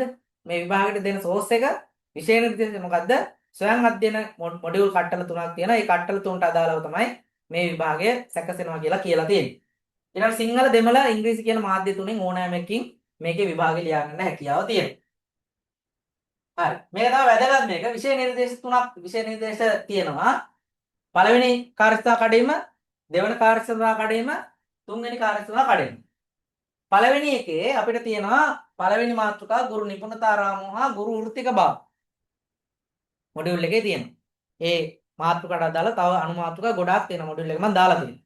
ඔයාලා බලලා ඒ ටික ඉගෙන ගන්න පුළුවන්. අර ඔය කාගজ නෝට් ෆලෝ කරන්න ඕනේ නැහැ. ඕන ජෙමිනි එකෙන් අත්‍තරම ඉගෙන ගන්නත් පුළුවන්. ඊළඟ ඉගැන්වීමේ ක්‍රමවේද. දැන් ඉගැන්වීමේ ක්‍රමවේද කියන එක බලමුකෝ අපි නිකන් උදාහරණයක් විදිහට. එතකොට දැන් ඔයාලා මේ සේවාවට ඇවිල්ලා දැන් පළවෙනි කඩේමනේ එතකොට දැන් අපි 3 ආවේ 2023 කියලා හිතමුකෝ. නේද? 2024 කියලා හිතමුකෝ. එතකොට 2027 අවුරුදු 3 ඉවරයි. එතකොට දැන් මොකද කරන්නේ? එයාලා අර මොඩියුල් කරලා නැත්තම් 2025 6 තින් ඉවර වෙන මොඩියුල් කරලා නැත්තම් දැන් මේ EB එක කරන්න ඕනේ. එතකොට මේ අවුරුදු 3 පුරාවටම එයාලා උගන්වලා නැද්ද? උගන්වලා තියෙනවා. එතකොට ප්‍රායෝගික භාවිතයක් තියෙනවා. එතකොට මේ ප්‍රායෝගික භාවිතයෙන් මොකද කරන්නේ? එයාලගේ ඉගැන්වීම් ක්‍රමවේද සම්බන්ධයෙන් දැනුම පරීක්ෂා කරනවා. එච්චරයි කරන්නේ. එතකොට මේ ජාතික නිපුණතා ගුරු නිපුණතා රාමුව කියන එකේ PDF එක මම හිතන්නේ කොහොමද හොයාගන්න බෑ. ඒක තියෙනවා NIE එකේ ලයිබ්‍රරි තියෙනවා. ඒ ડોකියුමන්ට් එක අපි ගෙන්න ගන්න try කරනවා. එතකොට මේවා සම්බන්ධයෙන් යම් යම් පරීක්ෂා කිරීම කරනවා. ඒ කිරීම තුළින් තමයි මේ EB එකට පේපර් එක හැදෙන්නේ. අධ්‍යාපන සඳහා ඩිජිටල් තාක්ෂණය. දැන් අපි හැමදාම කතා කරනවා මොනවද? 21 වෙනි සතවර්ෂයේ අධ්‍යාපනය කියලා. එතකොට දැන් අපි හැම වෙලාවෙම කියන එකක් තමයි ජෙනරේෂන් ગેප් එකක් තියෙනවා. X එකේ හිටපු කට්ටිය Y එකේ හිටපු කට්ටිය උගන්වනවා. හැබැයි දැන් ඉස්කෝලේට එන්නේ ජෙනරේෂන් ඇල්ෆා නේද? බීටා කට්ටිය තමයි ඉස්සරහට ඉස්කෝල වලට එන්නේ. එතකොට එයාලට උගන්වන්න නම් අර XY කියන කට්ටිය යම් තාක්ෂණික දැනුම උපය ගන්න තියෙනවා. ස්මාර්ට් බෝඩ් එකේ හැමෝටම උගන්වන්න බැරි වෙන්න පුළුවන්. හරි? එතකොට දැන් අපි මොකද කරන්න ඕනේ? ඒක සම්බන්ධයෙන් යම් දැනුමක් උපය ගන්න තියෙන්න බෑ. දැන් අපිට බැරි නම් ඒවා කරලා තියෙන්න. ඒවා කරන්න අපිට ඕන තරම් ව්‍යුහයක් මේ පද්ධතිය තුල හදලා තියෙනවා. උදාහරණයක් SPPT. අපිට ස්මාර්ට් බෝඩ් එකේ උගන්වන්න බැරි නම්. හරි ස්මාර්ට් බෝඩ් එකක් ඉස්කෝලේ තියෙනවා නම් නැත්තම් කරන්න දෙයක් නැහැ. තියෙනවා නම් සමහරට අපි දන්නවා ඉස්කෝල වල ස්මාර්ට් බෝඩ් තියෙනවා වහලා දාලා තියෙනවා. හරි. හැබැයි ස්මාර්ට් බෝඩ් තියෙනවා පාවිච්චි කරන්න කවුරුත් දන්නේ නැහැ. එහෙනම් මොකද කරන්න ඕනේ? ඉගෙන ගන්න. ඉගෙන ගන්න නම් ඉගැන්වීම් වැඩසටහන් තියෙනවා. එතකොට ඒවා තමයි SBPTD හරහා කරන්න ඕනේ. ඒවා දියුණු කරගන්න. එතකොට දැන් එහෙම දියුණු වෙලා තියෙන කෙනෙක්ගේ ඩිජිටල් තාක්ෂණය චෙක් කරලා බලන එක තමයි EB එකේදී කරන්නේ. මුල් වර්ෂ 3 ඇතුළත. එතකොට එහෙම දැනුමක් තියෙන කෙනෙක් මොකද කරන්නේ? ඒක විභාගයට ගිහිල්ලා ලියනවා ඇත්තට. ඒක නමගේ ක්ලාස් යන්න ඕනේ නැහැ. හැබැයි මේක භාවිතේ නැති කෙනෙකුට විභාගයට ගිහිල්ලා ලියලා උත්තර ලියා ගන්න බැරි වෙනවා. ඒකයි ප්‍රශ්නේ මම අර කලින් උදාහරණයක් කිව්වේ. හරි. ඒතර අන්න එහෙම එකක් තියෙනවා. ඊට පස්සේ අධ්‍යාපනයට අදාළ නීතිය. ඒතර මේ නීති අනපනක් දන්නේ නැති වුනහම ලොකු අපහසුතාවයන්ට අපි රාජ්‍ය සේවයේ නිලධාරීන් විදිහට මුහුණ දෙනවා. ඒක ගුරු සේවය විතරක් නෙමෙයි හැම සේවාවකම එහෙම තමයි. ඒ නිසා මේ අධ්‍යාපනය සම්බන්ධයෙන් තියෙන නීති අනපනක් ගැන අපි යම් අවබෝධයකින් ඉන්න ඕනේ නේද? ඒතකොට ඒවට නඩු නිමිති තියෙනවා, අනපනක් තියෙනවා, ඒවා චක්‍රලේඛ තියෙනවා. ඒවා සම්බන්ධයෙන් මේ තියෙන view හැම එකම ඕනේ නැහැ. ඔයාලට තියෙන වපසරිය ඇතුලේ තියෙන මේ නීති ටික දැනගන්න වෙනවා. හරි? දෙවන කඩේම. එතකොට දැන් මේ පළවෙනි අවුරුදු 3 ගිහිල්ලා දෙවෙනි කඩේම ඉන්නේ කොහමද? දෙකේ දෙකට ගිහිල්ලා අවුරුදු 4ක් ඇතුළත. එතකොට දැන් ටිකක් පරිණතයි කරා. එතකොට දැන් එයාලට තියෙන්නේ නායකත්ව සංවර්ධනය හා කළමනාකරණය. එතකොට ටිකක් අපි අර මැචුවර්ඩ් වෙලා නේද? නිකන් තලත්යයි බවට පත් වෙලා. එතකොට එයාලට තියෙනවා යම් පරිපාලන භූමිකාවක් රඟ දක්වන්න තියෙනවා. ඒ ඉස්කෝලේ අලුතෙන් ටීචර් කෙනෙක් ආපුවම මෙන්ටර් කෙනෙක් වෙන්න ඕනේ නේද? එතකොට සහකාර විදුහල්පතිවරු වෙන්න ඕනේ, නියෝජ්‍ය විදුහල්පතිවරු වෙන්න ඕනේ. ඒ වගේ පරිපාලන භූමිකාව රඟපාන්න ඕන නිසා එයාලගේ මේවා තියනවාද කියලා චෙක් කරලා බලන්න. ඒතකොට ඒ වගේ කාල සීමාවක් පාසල් තුල හිටපුවාම එයාලට යම් පරිපාලන භූමිකාවක් රඟ දක්වන්න වෙනවා. ඒතකොට එහෙම කරලා තියෙන කට්ටියට මේක ලියා ගන්න පුළුවන්. හැබැයි ටික ලොකු ඉස්කෝලේක ඉන්න කෙනෙකුට මෙහෙම භූමිකාව රඟ දක්වන්න අවස්ථාවක් හම්බෙන්නේ නැහැ. ඔය චක්‍රලේඛ සම්බන්ධයෙන් මේ භාවිතයන් සම්බන්ධයෙන් එහෙම ගනුදෙනු කරන්න වෙන්නේ නැහැ ටිකක් ලොකු ඉස්කෝලේක නම්. ඒකට වෙනම ටීම් එකක් ඉන්නේ. හැබැයි පොඩි ඉස්කෝලේ කට්ටිය නම් ඕවා ගොඩක් දේවල් දන්නවා 23 54 චක්‍රලේඛය නේද? ඊට පස්සේ පාසල් සංවර්ධන සමිතිය, පාසල් සංවර්ධන සමිතිය අරමුදල, විධායක කමිටුව, කළමනාකරණ කමිටුව ඒවා දන්න. ඒතර එහෙම නොදන්න කට්ටියකුත් ඉන්නවා ඔය ටික ලොකු ඉස්කෝලේක මේ ගනුදෙනු වලට සම්බන්ධ වෙන්නේ නැති කෙනෙක්. ඒ නිසා එන්න මෙහෙම එකක් චෙක් කරලා බලන්න පුළුවන්. ක්‍රියාකාරකම් සැලසුම් කිරීමේ ඵලදායී ක්‍රමශිල්ප. ඒතර ඒ කාල සීමාවට එද්දී ඔයාලගේ පාසල තුල ක්‍රියාකාරකම් පාසල තුල දායකත්වය තමයි මේකෙන් චෙක් කරලා බලන්න. පන්ති කාමර කළමනාකරණ සහ අන්තර්කරණ අධ්‍යාපන නේද? දැන් අපි වෘත්තික ගුරුවරයෙක් විදිහට අපි කතා කරද්දී වෘත්තික ගුරුවරයෙක් ගැන කතා කරද්දී වෘත්තික ගුරුවරුන්ගේ ලක්ෂණ දෙනවා. ඒ ලක්ෂණ වලින් ප්‍රධාන එකක් තමයි පන්ති කාමර කළමනාකරණය කරන්න ඕන හොඳ වෘත්තීමය ගුරුවරයෙක්. එතකොට මේ වෘත්තීමය ගුරුවරයෙක් පන්ති කාමරය කල්පනාකරණය කරනවා නම් ඒක ප්‍රායෝගිකව භාවිතා කරනවා නම් අන්න ඒක අපි චෙක් කරලා බලනවා IB. ඊළඟ අන්තර්කරණ අධ්‍යාපනය. දැන් මේක ලෝකේ ගොඩක් වෙලාවට කතා කරන අන්තර්කරණ අධ්‍යාපනය අපි කිව්වොත් මේ විශේෂ අවස්ථා තියෙන දරුවෙක් සාමාන්‍ය පන්ති කාමරයක උගන්වන්න තමයි ලොකු පෙළඹවීමක් ලෝකයේ තුල තියෙන්නේ. ඒ නිසා තමයි අර හැම තැනකම ඇක්සස් එක ඩිසේබල් කට්ටියට දෙන්න කියන්නේ නේද? එහෙම ඔය මොන පාඩම් සටහන් ලියද්දී ඒ හැම දරුවා ගැනම අවධානය යොමු කරලා ලියන්න කියන්නේ ඔය හැම එකක්ම කියන්නේ මේ අන්තර්කරණ අධ්‍යාපනය ප්‍රොමෝට් කරන. ඒ කියන්නේ අර කට්ටිය වෙනම කොට්ටාසයක් විතර නොසලකා සාමාන්‍ය මට්ටමට ගලපන්න තමයි ඒවා ඔය මේ අන්තර්ජාතික සම්මුතියින් ඒවා එක බැදිච්ච ඒවා තමයි මේ තියෙන්නේ. ඔය පහුගිය කාලේ අර මෙට්‍රෝ බස් ගෙනාවේ ලංකාවට. අර ආබාධිත කට්ටියට යන ඒවා මේ නිකන් තනි තනියෙන් වෙනේව නෙවෙයි. ඒවා අපි අන්තර්ජාතික සම්මුතිය වලට බැඳිලා තියෙනවා. මේ ඩිසේබල් කට්ටියට අපි වෙන්කොට සලකන්නේ නැහැ කියලා. ඒ නිසා තමයි හැම ඔය බිල්ඩින් එකකම ඇක්සස් එයාලට තියන්නේ. එහෙම දේවල් කරන්නේ යන්නේ. ඒතර මේ අන්තර්කරණ අධ්‍යාපනය අපි කරන්න ඕන. අපිට දරුවෙක් දැක්ක ගමන් මෙයාව විශේෂ අධ්‍යාපන ඒකයකට ගිහිල්ලා දාන්න කියලා කිවීමේ අයිතියක් නැහැ දැන්. ඒක වෙනුවෙන් චක්‍රලේඛ රාශියක් නිකුත් වෙලා තියෙනවා. එතකොට දැන් ඩිසේබල් නැත්නම් විශේෂ අවස්ථා තියෙන දරුවෙක් පන්තියේ ඉන්නවා නම් එයා ගැන අවධානය යොමු කරලා එයාට උගන්වන්න වෙනවා. නේද? උදාහරණයක් විදිහට ඔය පහුගිය කාලේ ඔය රත්නපුර හැලියගොඩ සෙන්ට්‍රල් එකේ රශ්මි නිමේෂා ගුණවර්ධන කියලා දරුවෙක් කැලණිය කැම්පස් එකේ සිලෙක්ට් වුණා ඒ තුනක් කරා. ඒතර එයාගේ අත් දෙකක් නැහැ, එක කකුලකුත් නැහැ, තියෙන්නේ තනි කකුලයි. ඒතර මේ තනි කකුලෙන් තමයි එයා වැඩ කරන්නේ. ඒතර හැබැයි එයා ඉගෙන ගන්න මේ සාමාන්‍ය පන්ති කාමරේ. ඒතර එයා තනි කකුලෙන් තමයි ලියන්නේ. හරි? දැන් කැම්පස් එකේ ඉන්නේ. එතකොට දැන් මෙයා විශේෂ අධ්‍යාපන දරුවෙක් විතර විශේෂ අධ්‍යාපන එකකට දැම්මනම් සමහරවිට ඒ ජයග්‍රහණය දරුවට ගන්න බැරි. එහෙනම් ඒ දරුවා අනිවාර්යෙන් පන්ති කාමරේ ඉන්නවනම් ඒ දරුවට විශේෂ සැලකිල්ලක් කරලා අර සාමාන්‍ය දරුවොත් එක්ක සම්මට්ටමේ ඉගැන්වීම් කාර්යයේ නිරත වීම ගුරුවරයා සතු වගකීමක් වෙනවා. හරි? එතකොට අන්න ඒක චෙක් කරලා බලන්න. අපි එහෙම දේවල් කරලා තියෙනවා. අපේ අත්දැකීම් කොහොමද කියලා චෙක් කරලා බලන එක තමයි මෙන්න මේකෙදි කරන්නේ. එතකොට මේ දෙවන කඩ. දැන් අපිට තේරෙනවා අර මේකේ පොඩි කට්ටිය ඉන්නේ මේක කට්ටිය සාමාන්‍යයෙන් තරුණ කට්ටිය. නේද? යම් අත්දැකීම් රාශියක් ගත්ත කට්ටිය. රයිට්. ඊළඟට තුන්වෙනි කඩේකට ගියපුවාම මේ ඉන්නේ දෙකේ එකේ කට්ටිය එකට යන්නේ. එයාලා බලනවා මොනවද? කායික හා මානසික යහපැවැත්ම. කායික හා මානසික යහපැවැත්ම කියලා මාතෘකාව ගැන කතා කරනවා. ඊට 21 වෙනි සියවසේ පාසල. හරි? ඔන්න දැන් එයාලට තමයි අර තියෙන්නේ ජෙනරේෂන් ગેප් එක තියෙනවා. ඒව සම්බන්ධයෙන් ලොකු අවධානයක් මේවත් එක්ක යොමු කරන්න වෙනවා. ඊට පස්සේ ක්‍රියාමූලික පරිශ්‍රය. හරි?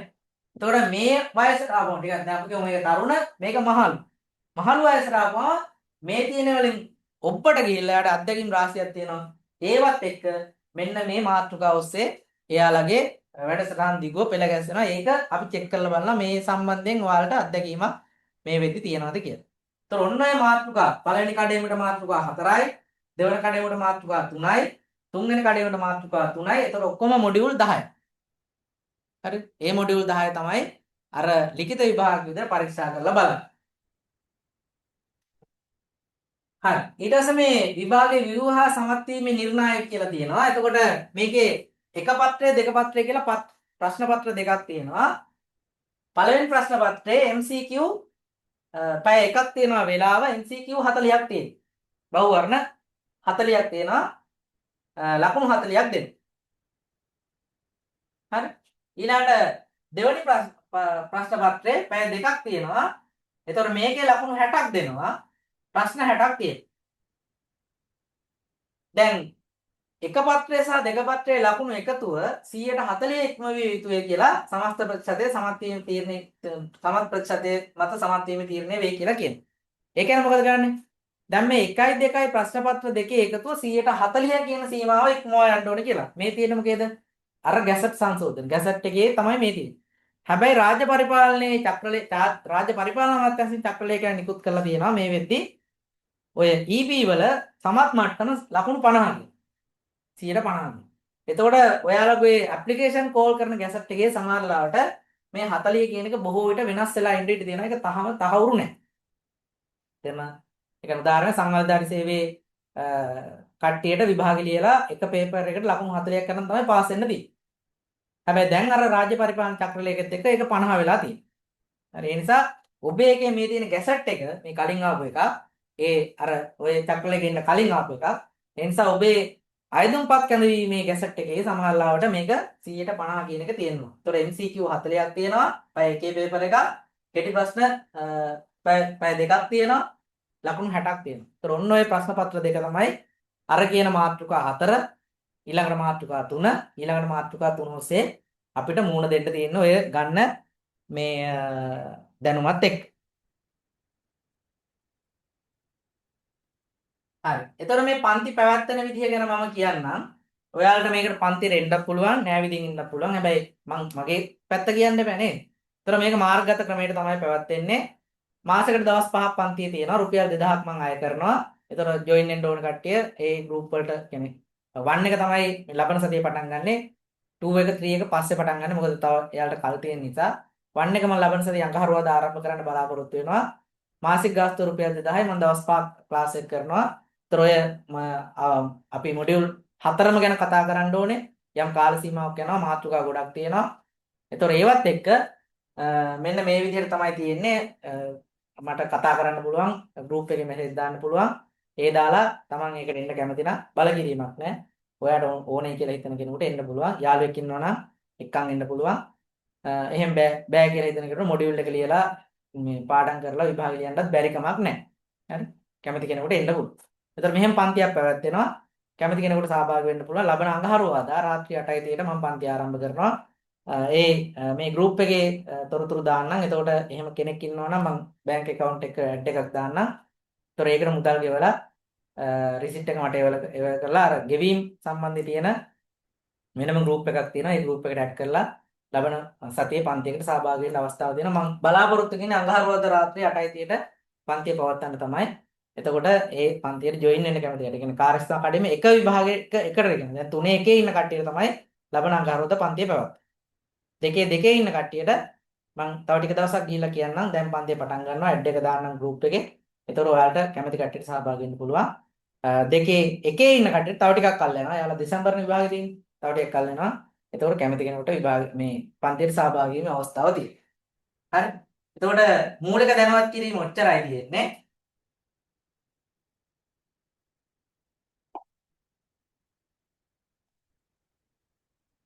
එතකොට මෙන්න මේක ගැන මම කියන්න ඕනේ.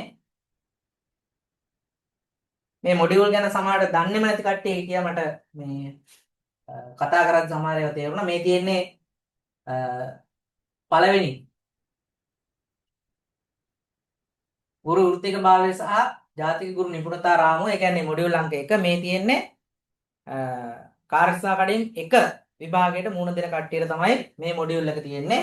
ඒතර මේකේ තියෙනවා මොඩියුල් 4ක්. එතකොට මේකේ මාතෘකා ගැන කතා කරොත් එහෙම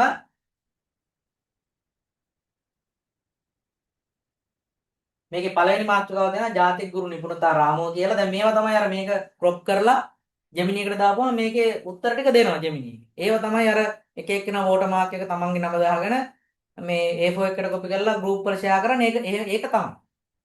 හරි. එතකොට ඔයාලා ගොඩක් කට්ටිය ඉන්නවනේ ඒව ෆලෝ වෙනවා, ලයික් වෙනවා. ඉතින් එයාලට වෙනම මේ Facebook එකෙන් උපයන මුදල් ටික උපය ගන්න පුළුවන්. ඊට පස්සේ දෙවෙනි එකේ තියෙනවා ගුරුවරයෙකු තුල තිබිය යුතු වෘත්තීය දැනුම කුසලතාවය ව්‍යවහාර විස්තර කිරීම. ඊළඟ ගුරුවරයෙකු තුල තිබිය යුතු වෘත්තීය වටිනාකම ස්වභාවය හඳුනා ගැනීම. ගුරුවරයෙකු තුළ තිබිය යුතු වෘත්තීය සංවර්ධනයට අවස්ථා විශ්ලේෂණය කිරීම. ඊට දෙවෙනි මාතෘකාව විදිහට තියෙන ගුරු වෘත්තිකභාවය. ගුරු වෘත්තිය කියන්නේ මොකද්ද? වෘත්තිකයෝ කියන්නේ කවුද? ඊට පස්සේ වෘත්තිකභාවය කියන්නේ මොකද්ද? ඔය SPPTD වලින් අපි කතා කරනවා ඒවා. ඊළඟට වෘත්තිකභාවය කියන්නේ මොකද්ද? ගුරු වෘත්තිකභාවය කියන්නේ මොකද්ද? වෘත්තිකභාවයයි ගුරු වෘත්තිය කියන්නේ අර උපකුලකයක් එකේ තියෙන්නේ. එතකොට මේවා සම්බන්ධයෙන් ස්වයං අධ්‍යයනයේ තියෙනවා. මේවත් අපි පුළුවන් විදිහට කතා කරනවා. ඔයාලගේ දැනුම වර්ධනය කරගන්න. මොකද මේකේ අපි මේ ක්ලාස් එකෙන් බලාපොරොත්තු වෙන විභාග පාස් කරන එකම නෙවෙයි. ඊට වැඩිය ටිකක් දැනුමක් දීලා ඔය ශ්‍රී ලංකා අධ්‍යාපන පරිපාලන සේවයේ ක්ලාස් එකේම ආපු කට්ටිය දන්නවා. විභාග පාස් වෙනවට වැඩිය ලොකු දැනුමක් අපි යාළුවට දුන්නා. ඒතර යාළුවට ඉස්සරහා රාජකාරී දේවල් කරගෙන යද්දී ඒ දැනුම මේ ප්‍රයෝජනවත් වෙනවා. උදාහරණයක් විදිහට මේකේ ඉන්න කට්ටිය ඉස්සරහට ලියනවා පරිපාලන සේවා විභාග ලියනවා නේද? විදුහල්පති සේවා විභාග ලියනවා. එතකොට මේ තියෙන දැනුමත් එක්ක දැන් විභාගෙට ඉරි 40ක් ගහගන්න එක මහ ලොකු දෙයක් නොවෙන්න පුළුවන්. හැබැයි මේන දැනුමත් එක්ක ඔයාලට ඉස්සරහා වෘත්තීය ජීවිතයේ යම් යම් ජයග්‍රහණ ළඟා කරගන්න අවස්ථාව හම්බ වෙනවා මේ අපි කතා කරන දේවල් එක්ක. ඊළඟ දෙවන මොඩියුල් එකේදී කතා කරන්නේ ඉගැන්වීමේ ක්‍රමවේද. හරි. ඒකෙදි තියෙනවා මාතෘකා ඉගැන්වීම යන කුමක්ද? ඉගැන්වීම කලාවක් සහ විද්‍යාවක් ලෙස ඉගැන්වීමේ භූමිකා ගුරුවරයා සුසාධ්‍යකාරයෙකු ලෙස ඉගෙනුම් න්‍යායයන් ප්‍රවේශකම උපාය මාර්ග ක්‍රමශිල්ප ක්‍රියාකාරකම් ඊට පස්සේ ඉගෙනුම් ඉගැන්වීම ප්‍රවේශ ඊට පස්සේ ඉගැන්වීම ප්‍රවේශ සහ ඉගැන්වීමේ ක්‍රම පන්ති කාමර ඉගෙනුම් ක්‍රියාකාරකම් කේවල ක්‍රියාකාරකම් යුගල ක්‍රියාකාරකම් කණ්ඩායම් ක්‍රියාකාරකම් මේ අර 21 වෙනි සත වර්ෂයේ දරුවන්ට උගන්වන විදිහ නේද? අර ඔතෙන්ටික් ලර්නින් ඊට පස්සේ activity based learning project based learning teaching අන්න ඒවා සම්බන්ධයෙන් අපි කතා කරන්න බලාපොරොත්තු වෙනවා. ඊට පස්සේ ප්‍රත්‍යවේක්ෂණ සහ ප්‍රත්‍යවේක්ෂණ ඉගැන්වීම කියලා තියෙනවා. ප්‍රත්‍යවේක්ෂණය කියන්නේ තමන් ගැන හිතන එක නේද? දැන් මම කරන දේ ගැන පස්සේ කල්පනා කරලා බලන්න ඕනේ මම කරපු එක සාර්ථකද අසාර්ථකද. ගුරුවරයෙක් වෘත්තීමේ ගුරුවරයෙක්ගේ තියෙන ප්‍රධාන ලක්ෂණය තමයි ඒක. මම ක්ලාස් රූම් එකේ විනාඩි 4ක් උගන්වලා එළියට එද්දී මට හිතෙනවා නම් මම උගන්වපු එක තේරුමක් නෑද ළමයින්ට ඒක ගියේ නෑ කියලා ඔන්න ප්‍රශ්නයක් අපිට. එතකොට මොකද ගන්නේ? ඊළඟ දවසේ ඊට වැඩිය හොඳට ලෑස්තිලා යන්න. හැබැයි එහෙම ස්වයං ප්‍රත්‍යවේක්ෂණයක් නැත්තම් මොකද වෙන්නේ? අර තමන් උගන්වපු දේ ගැන වැඩි එහෙම අවධානය නැත්තම් අර ළමයින්ට තේරුණත් එකයි ඕන එකක් කමන්නේ මම ඊළඟ දවසට උගන්වනවා. එහෙම ගියොත් එහෙම තමයි අර අපේ බලාපොරොත්තු වෙන ප්‍රතිඵලය ළමයින්ගෙන් ළඟා කරගන්න බැරි වෙන්නේ. අපේ ප්ලෑන් එකක් නෙමෙයි. හරි. අන්න එහෙම ගැන අවධානය යොමු කරන්න ඕනේ. තක්සේරුවා ඇගීම් සම්පින්ඩි දැකීම සම්භාවන ඇගීම ඔය ගැන දන්නවා. ඒවා ගැන නැවත නැවතත් අපි කතා කරන ඇගීම් නිර්ණායක ඊට මේවා තියෙන එක එක ඔය රටවල් වල මේවා සම්බන්ධ ලියවිච්ච ග්‍රන්ථය මේවා තියෙනවා. අපි පුළුවන් විදිහට ඒවා ගැන සාකච්ඡා කරමු. ඊට පස්සේ අධ්‍යාපනය සඳහා ඩිජිටල් තාක්ෂණයේ තුන්වෙනි මාතෘකාව. එතකොට මේකේ තියෙනවා basic IT skills. ඊට පස්සේ teaching learning tools and platforms, blended learning approach in teaching learning. blended teaching කියන්නේ ඔන්ලයින් සහ ෆිසිකල් ටීචින් දෙකම එකතු කරලා කොහොමද උගන්වන්නේ නේද? අපි සාමාන්‍යයෙන් ඒක කරන්නේ. ඒතර ඒව සම්බන්ධයෙන් දැනුම පරීක්ෂා කිරීම, learning management system LMS කියන එක, deep study on LMS ඒවා අපි දන්නවා. ඒතර මේවා සම්බන්ධයෙන් අපි කතා කරමු.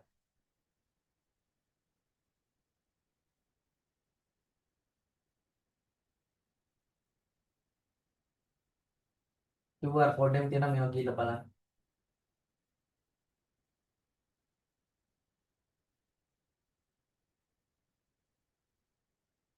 ගොඩක් තියෙනවා ඒකේ රිසෝස්. හරි. ඊළඟ හතරවෙනි මාතෘකාව මොඩියුල් අංක 4 අධ්‍යාපනට අදාළ නීතිය. එතකොට මේකේ තියෙනවා අපි ගත්තොත් එහෙම පාසලට අදාළ නීතිය, රාජ්‍ය සේවකයා යනු කවරෙද, ශ්‍රී ලංකාවේ පවත්නා පොදු නීතිය නේද? අර දැන් පාසලට අවශ්‍ය නීතිය ගත්තාම එක වසර ළමයා ඇතුළත් කරන ඉඳන් නීති තමයි තියෙන්නේ. දැන් ඔය ටිකක් තරංකාරී පාසල වලට ගිහපුවම අපි දන්නවා මේවල කොච්චර මේ ගැටලු සාකච්ඡා තැන් තියෙනවද මේ නීතිමය සම්බන්ධ කටයුතු කරද්දී කියන්නේ. ඊට පස්සේ මුදල් රෙගුලාසි, ආයතන සංග්‍රහය, අධ්‍යාපනයට බලපාන දිලික්ත නීතිය, මූලික මිනිස් අයිතිවාසිකම්, ජාත්‍යන්තර නීතියේ මානව හිමිකම් වල ඉන්න තැන, ශ්‍රී ලංකා ව්‍යවස්ථාපිත නීතිය ගොඩක් ඒවා තියෙනවා. ගුරු ආචාර ධර්ම 2012 7 චක්‍රලේඛය. උතර මේවා 2012 37 චක්‍රලේඛය ඔන්න ඔය ගැන කතා කරමු. උතර මේ තියෙන්නේ අපේ පළවෙනි කාර්යසඳහා කඩේකට අදාළ මාතෘකා ටික. ඊළඟ අපි කියොත් එහෙම දෙවෙනි එකට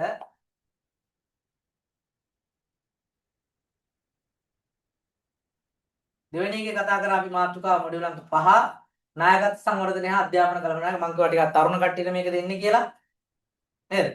ඒතර මේකේ නායකත්වය යනුවෙන් අදහස් කරන්නේ කුමක්ද? පෞරුෂය යන කුමක්ද? කළමනාකරණය යනුවෙන් අදහස් කරන්නේ කුමක්ද? ඒතර මේවා සම්බන්ධයෙන් අපේ මේ පද්ධතිය තුළ භාවිතා වෙන යම් යම් පොත් තියෙනවා. දැන් උදාහරණයක් විදුහල්පති මේ අත්පොත කියලා එකක් තියෙනවා. ඒතර ඕකේ තියෙනවා නායකත්ව ගුණාංග ඒව සම්බන්ධයෙන් ලොකු මේ පැහැදිලි කිරීම විස්තර තියෙනවා. ඒතර ඒව ගැන අපි පොඩි පරිශීලනයක් මේ කතාව තුළ අපිට ගොඩනගා ගන්න වෙයි. අධ්‍යාපන කළමනාකරණය යනුවෙන් අදහස් කරන්නේ කුමක්ද? සරණ අධ්‍යයනයේ තියෙනවා. ඵලදායී ඉගෙනුම් ක්‍රියාකාරකම් සැලසුමක් සකස් කිරීම. මොඩියුල් අංක 6. හරි. විෂයමාලාවක ප්‍රධාන අංග විෂයමාලාව විෂය අන්තර්ගතය සිසුන්නා වූ ඉගෙන ගන්න ආකාරය පිළිබඳ සිසුන්ගේ ඉගෙනුම් රටා පූර්ව ඉගෙනුම් අත්දැකීම්. ඒතර මේවා දැන් අදත් මම ඉස්කෝලේට ගියා ටීචර්ස්ලා කියපු කතාවක් තමයි මේ ඉන්න ළමයින්ට මේ මොනවද උගන්වන්න බෑ අමාරු. උගන්වන්න බෑ යාලා ඉගෙන ගන්න කැමති නෑ. පන්ති කාමරේ ඉගෙන ගන්න කැමති නෑ. ඒතකොට හැබැයි එයාගේ අනිත් කතාවේ කියනවා එයාලා එළියට ගිහිල්ලා ඉගෙන ගන්න කැමති. ඒ එළිය කරන වැඩවල තමයි කැමති. එතකොට දැන් අපි තේරුම් ගන්න ඕන කාරණාව තමයි මේ තියෙන්නේ අපේ ජෙනරේෂන් වල වෙනස. නේද? අපි ඉන්නේ XY වල හැබැයි දැන් ඉන්න කට්ටිය අපි උගන්වන විදිහට කැමති නෑ. එහෙනම් දැන් අපි කරන්න ඕනේ මොකද්ද? එයාලට ගැළපෙන ඉගෙනීම් ක්‍රමවේදයක් අපේ මේ විෂය මාලාව තුළ හොයා ගන්න ඕනේ. ඒක කවුරුත් ඇවිල්ලා කරන්නේ අපිම කරන්නේ. ඒතර ඒව සම්බන්ධයෙන් යම් අවධානයක් මේක ඇතුලේ යොමු කරන්න වෙනවා. ඒතර ඒකත් එක තමයි ඉස්සරහට අපිට යන්න වෙන්නේ. ඊළඟ පන්ති කාමර කළමනාකරණය හා අන්තර්කරණ අධ්‍යාපනය අපි කතා කරමු මොඩියුල් අංක 7 දෙකේ ඉන්න කට්ටියට. ඒකේ තියෙන මාතෘකා පන්ති කාමර කළමනාකරණය අන්තර්කරණ අධ්‍යාපනය මම කිව්වේ හරි හතරවන ශාස්ත්‍රීය ඉලක්කය වෙන අන්තර්කරණ වූ සාධාරණ ගුණාත්මක අධ්‍යාපනය සැමට ලබා දීම සඳහා අනිවාර්ය අධ්‍යාපන නියෝග ක්‍රියාත්මක කිරීම අන්තර්කරණ අධ්‍යාපන සංකල්පය විශේෂ අධ්‍යාපනය පිළිබඳ දැනුවත් වේ. අන්න ඔය දී. දැන් ඔක් කතා කරොත් SDG goal තියෙනවා. sustainable development goal තියෙනවා කියලා අපි දෙනවනේ. ඒතර ඒකේ 17ක් තියෙනවා. ඒ 17 හතරවෙනි එක තමයි ගුණාත්මක අධ්‍යාපනය කියන්නේ. ඒතර ඒ ගුණාත්මක අධ්‍යාපනය කියන එකට බැඳිලා ඉන්නවා රටවල් අපි ඒක වර්ධනය කරන්නේ. ඒතර අන්න ඒ අන්තර්ජාතික මං කියන අන්තර්ජාතික සම්මුතියන් එක්ක බැඳිච්ච දේවල් තමයි අපි මේ ක්‍රියාත්මක කරන්නේ රාජ්‍ය සේවයේ නිලධාරීන් විදියට. අපිට තනි තනියෙන් ගමනක් යන්න බෑ. ඒතර ඒවට අදාළ දැනුම මේවා කරන්න ඕනේ. ඒවා කරනවාද කියලා දැනුම් පරීක්ෂා කරලා බලන්න.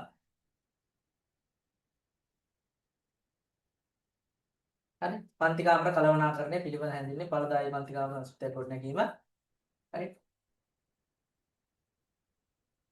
අන්තර්කරණ අධ්‍යාපන. අනිවාර්ය අධ්‍යාපන වයස පාසල් ප්‍රවේශ පාසු කිරීම කමිටුව සහ ඒ කාර්යභාරය විශේෂ අධ්‍යාපනය විශේෂ අධ්‍යාපන අවශ්‍යතා සුබක සිසුන් හරි ඔන්න ඔය මාතෘකා ගැන ඔය දෙවෙනි එකේ කට්ටිය ගැන කතා කරමු. එතකොට ඒක ඉවරයි. දැන් තුන්වෙනි කාර්යස්ථ කඩේමේ ඉන්න කට්ටිය මොඩියුල් අංක 8 කායික හා මානසික යහපැවැත්ම ඒකේ විශේෂ සමගාමී ක්‍රියාකාරකම් තියෙනවා. පාසල් පද්ධතිය තුළ ක්‍රියාත්මක විශේෂ සමගාමී ක්‍රියාකාරකම් වල විවිධත්වය ශ්‍රී ලංකාවේ පාසල් විශේෂ සමගාමී වැඩසටහන් ක්‍රියාත්මක කිරීම මත වන අභියෝග දුෂ්කරතා සීමා. ඒතර මේවා දන්නවා ඔයාලා සාමාන්‍යයෙන් නේ. මේවා තමයි පරීක්ෂා කරලා බලන්න. පාසලක් තුළ විශේෂ සමගාමී වැඩසටහන් ක්‍රියාත්මක කිරීමේ සහභාගීත්වය පාසල තුළ විශේෂ සමගාමී වැඩසටහන් ක්‍රියාත්මක කිරීමේ පාසල අත්පත් කර ගන්න වාසි නේද? මේ ගොඩක් තියෙනවා. ඊට පස්සේ ශිෂ්‍ය උපදේශනය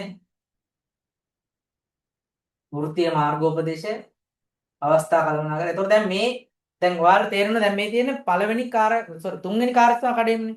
එතකොට දැන් මේ ඉන්නේ අර මං අපි මේක කොටස් තුනකට බෙදුවොත් දැන් මේ කියන්නේ පොඩි කට්ටිය ඉන්නවා තරුණ කට්ටිය ඉන්නවා මහලු කට්ටිය ඉන්නවා. එහම සාමාන්‍ය නිකන් උදාහරණයක් ගත්තොත්. එතකොට දැන් මේ ඔය දෙකේ එකේ වයසට එද්දි ටිකක් මේ අත්දැකීම් ගොඩක් තියෙන ගුරුවරු තමයි මෙතන ඉන්නේ. එතකොට එයාලට පැවරෙන කාර්යභාරය අර ඩිජිටල් වලට එහා ගිහපු එකක් තියෙනවා. ඒතොර එයාලා කරන්නේ මාර්ගෝපදේශ අවස්ථා තියෙනවා. ඒතොර අර මෙන්ටරින් කියන පාර්ට් එක ගොඩක් කරනවා. තේරෙනවද මේක මයින් විදියට? ඒතොර මෙන්ටරින් පාර්ට් එක කරද්දී එයාලට මේ මෙන්ටරින් ගැන අවබෝධය තමයි තියෙන්නේ. එයාලගෙන් ඩිජිටල් මයින් නැහැ. හරි. ඒතොර ඒ සම්බන්ධයෙන් කටයුතු කරනවනේ එයාලා. ඒතොර ඒ සම්බන්ධයෙන් කටයුතු කරනවා නම් ඒකේ අත්දැකීම් තමයි අර විභාගය තුලින් පරීක්ෂා කරන්නේ. මේ හරි සරල කාරණාව මේක ඇතුලේ තියෙන්නේ. අවස්ථා කළමනාකරණ ක්‍රියාවලිය සංවිධානයේ සැලසිය යුතු අවස්ථා සංවිධානයේ වැදගත්කම. ඒතොර අර පොඩි ඉහළ මට්ටමේ කියන්නේ කළමනාකරණ මට්ටමේ නේ යාලා ඉන්නේ. ඒතොර යාලා තමයි මේවා ක්‍රියාත්මක කිරීමේ කාර්යයට දායක වෙන්නේ.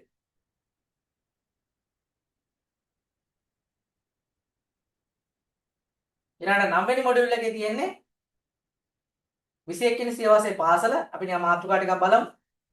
අනාගත පාසල එහි භෞතික ලක්ෂණ හා වෙනස් විය යුතු පසුබිම්. පන්ති කාමරයේ ඉගෙනුම් පරිසරයේ ස්වභාව. සනීපාරක්ෂක පහසුකම්. කාර්යාල ක්‍රම.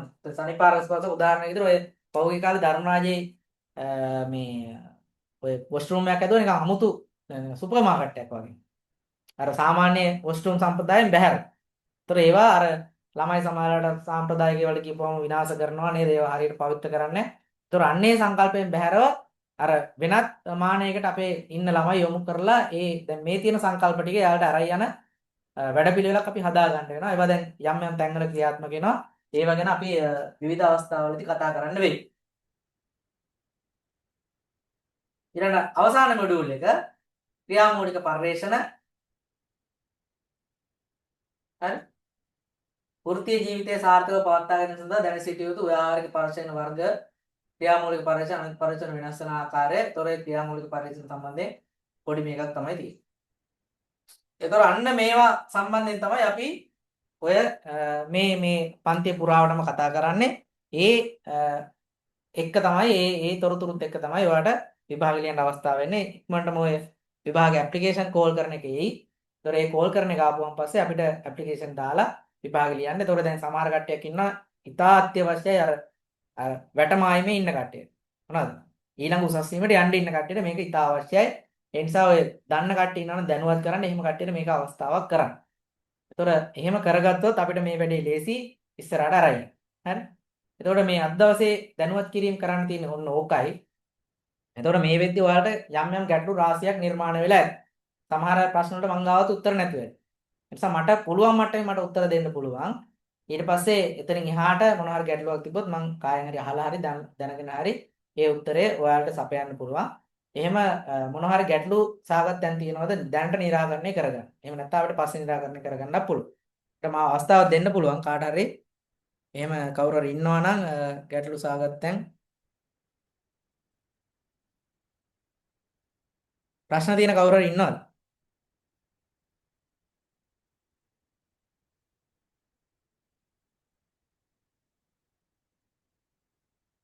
දැනට ප්‍රශ්න තියෙන කවුරු හරි ඉන්නවද? නැත්නම් ප්‍රශ්න පස්සේ විසඳ ගන්නවද?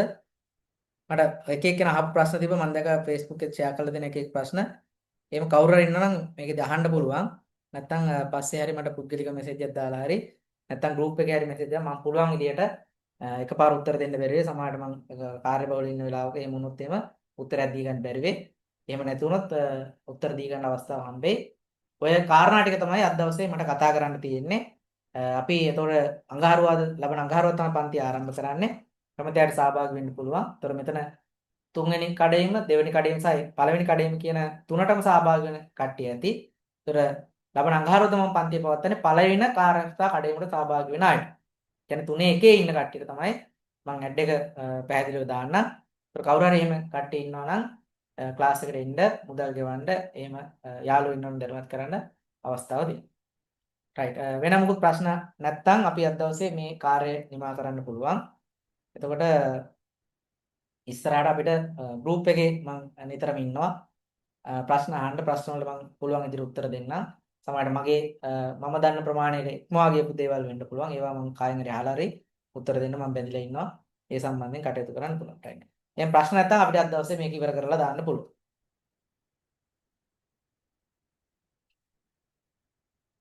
එහෙනම් ඉවර කරමු නේද? රයිට්. එහෙනම් අද දවසේ සහභාගීව සම්බන්ධයෙන් ඔබ සියලු දෙනාටම ස්තුතිවන්ත වෙනවා. අර යම් ප්‍රමාද දෝෂයක් වුණා ඒ සම්බන්ධයෙන් කනගාටුවක් ප්‍රකාශ කරනවා. තාක්ෂණික දුර්වලතා මේ අලුත් තැනක මම අද කරන්නේ. ඒ නිසා ඒවා මගහැරවගෙන ඉස්සරහට යන්න ඉස්සරහදී කටයුතු කරන්න බලාපොරොත්තු වෙනවා. අද දවස් සහභාගී සම්බන්ධ ස්තුතිවන්ත වෙනවා. යාළුවෝ ඉන්නවනම් කියන ගෲප් එකේ මම තොරතුරු ටික දාන්නම්. පන්තියට සහභාගී වෙන්න ඉන්න කැමති කට්ටිය ඉන්නවනම් ලබන සතියේදී පන්තියට සහභාගී වෙන්න. රයිට්. එහෙනම් බොහොම ස්තුතියි සියලු දෙනාටම සුබ රාත්‍රියක් ආයුබෝවන්.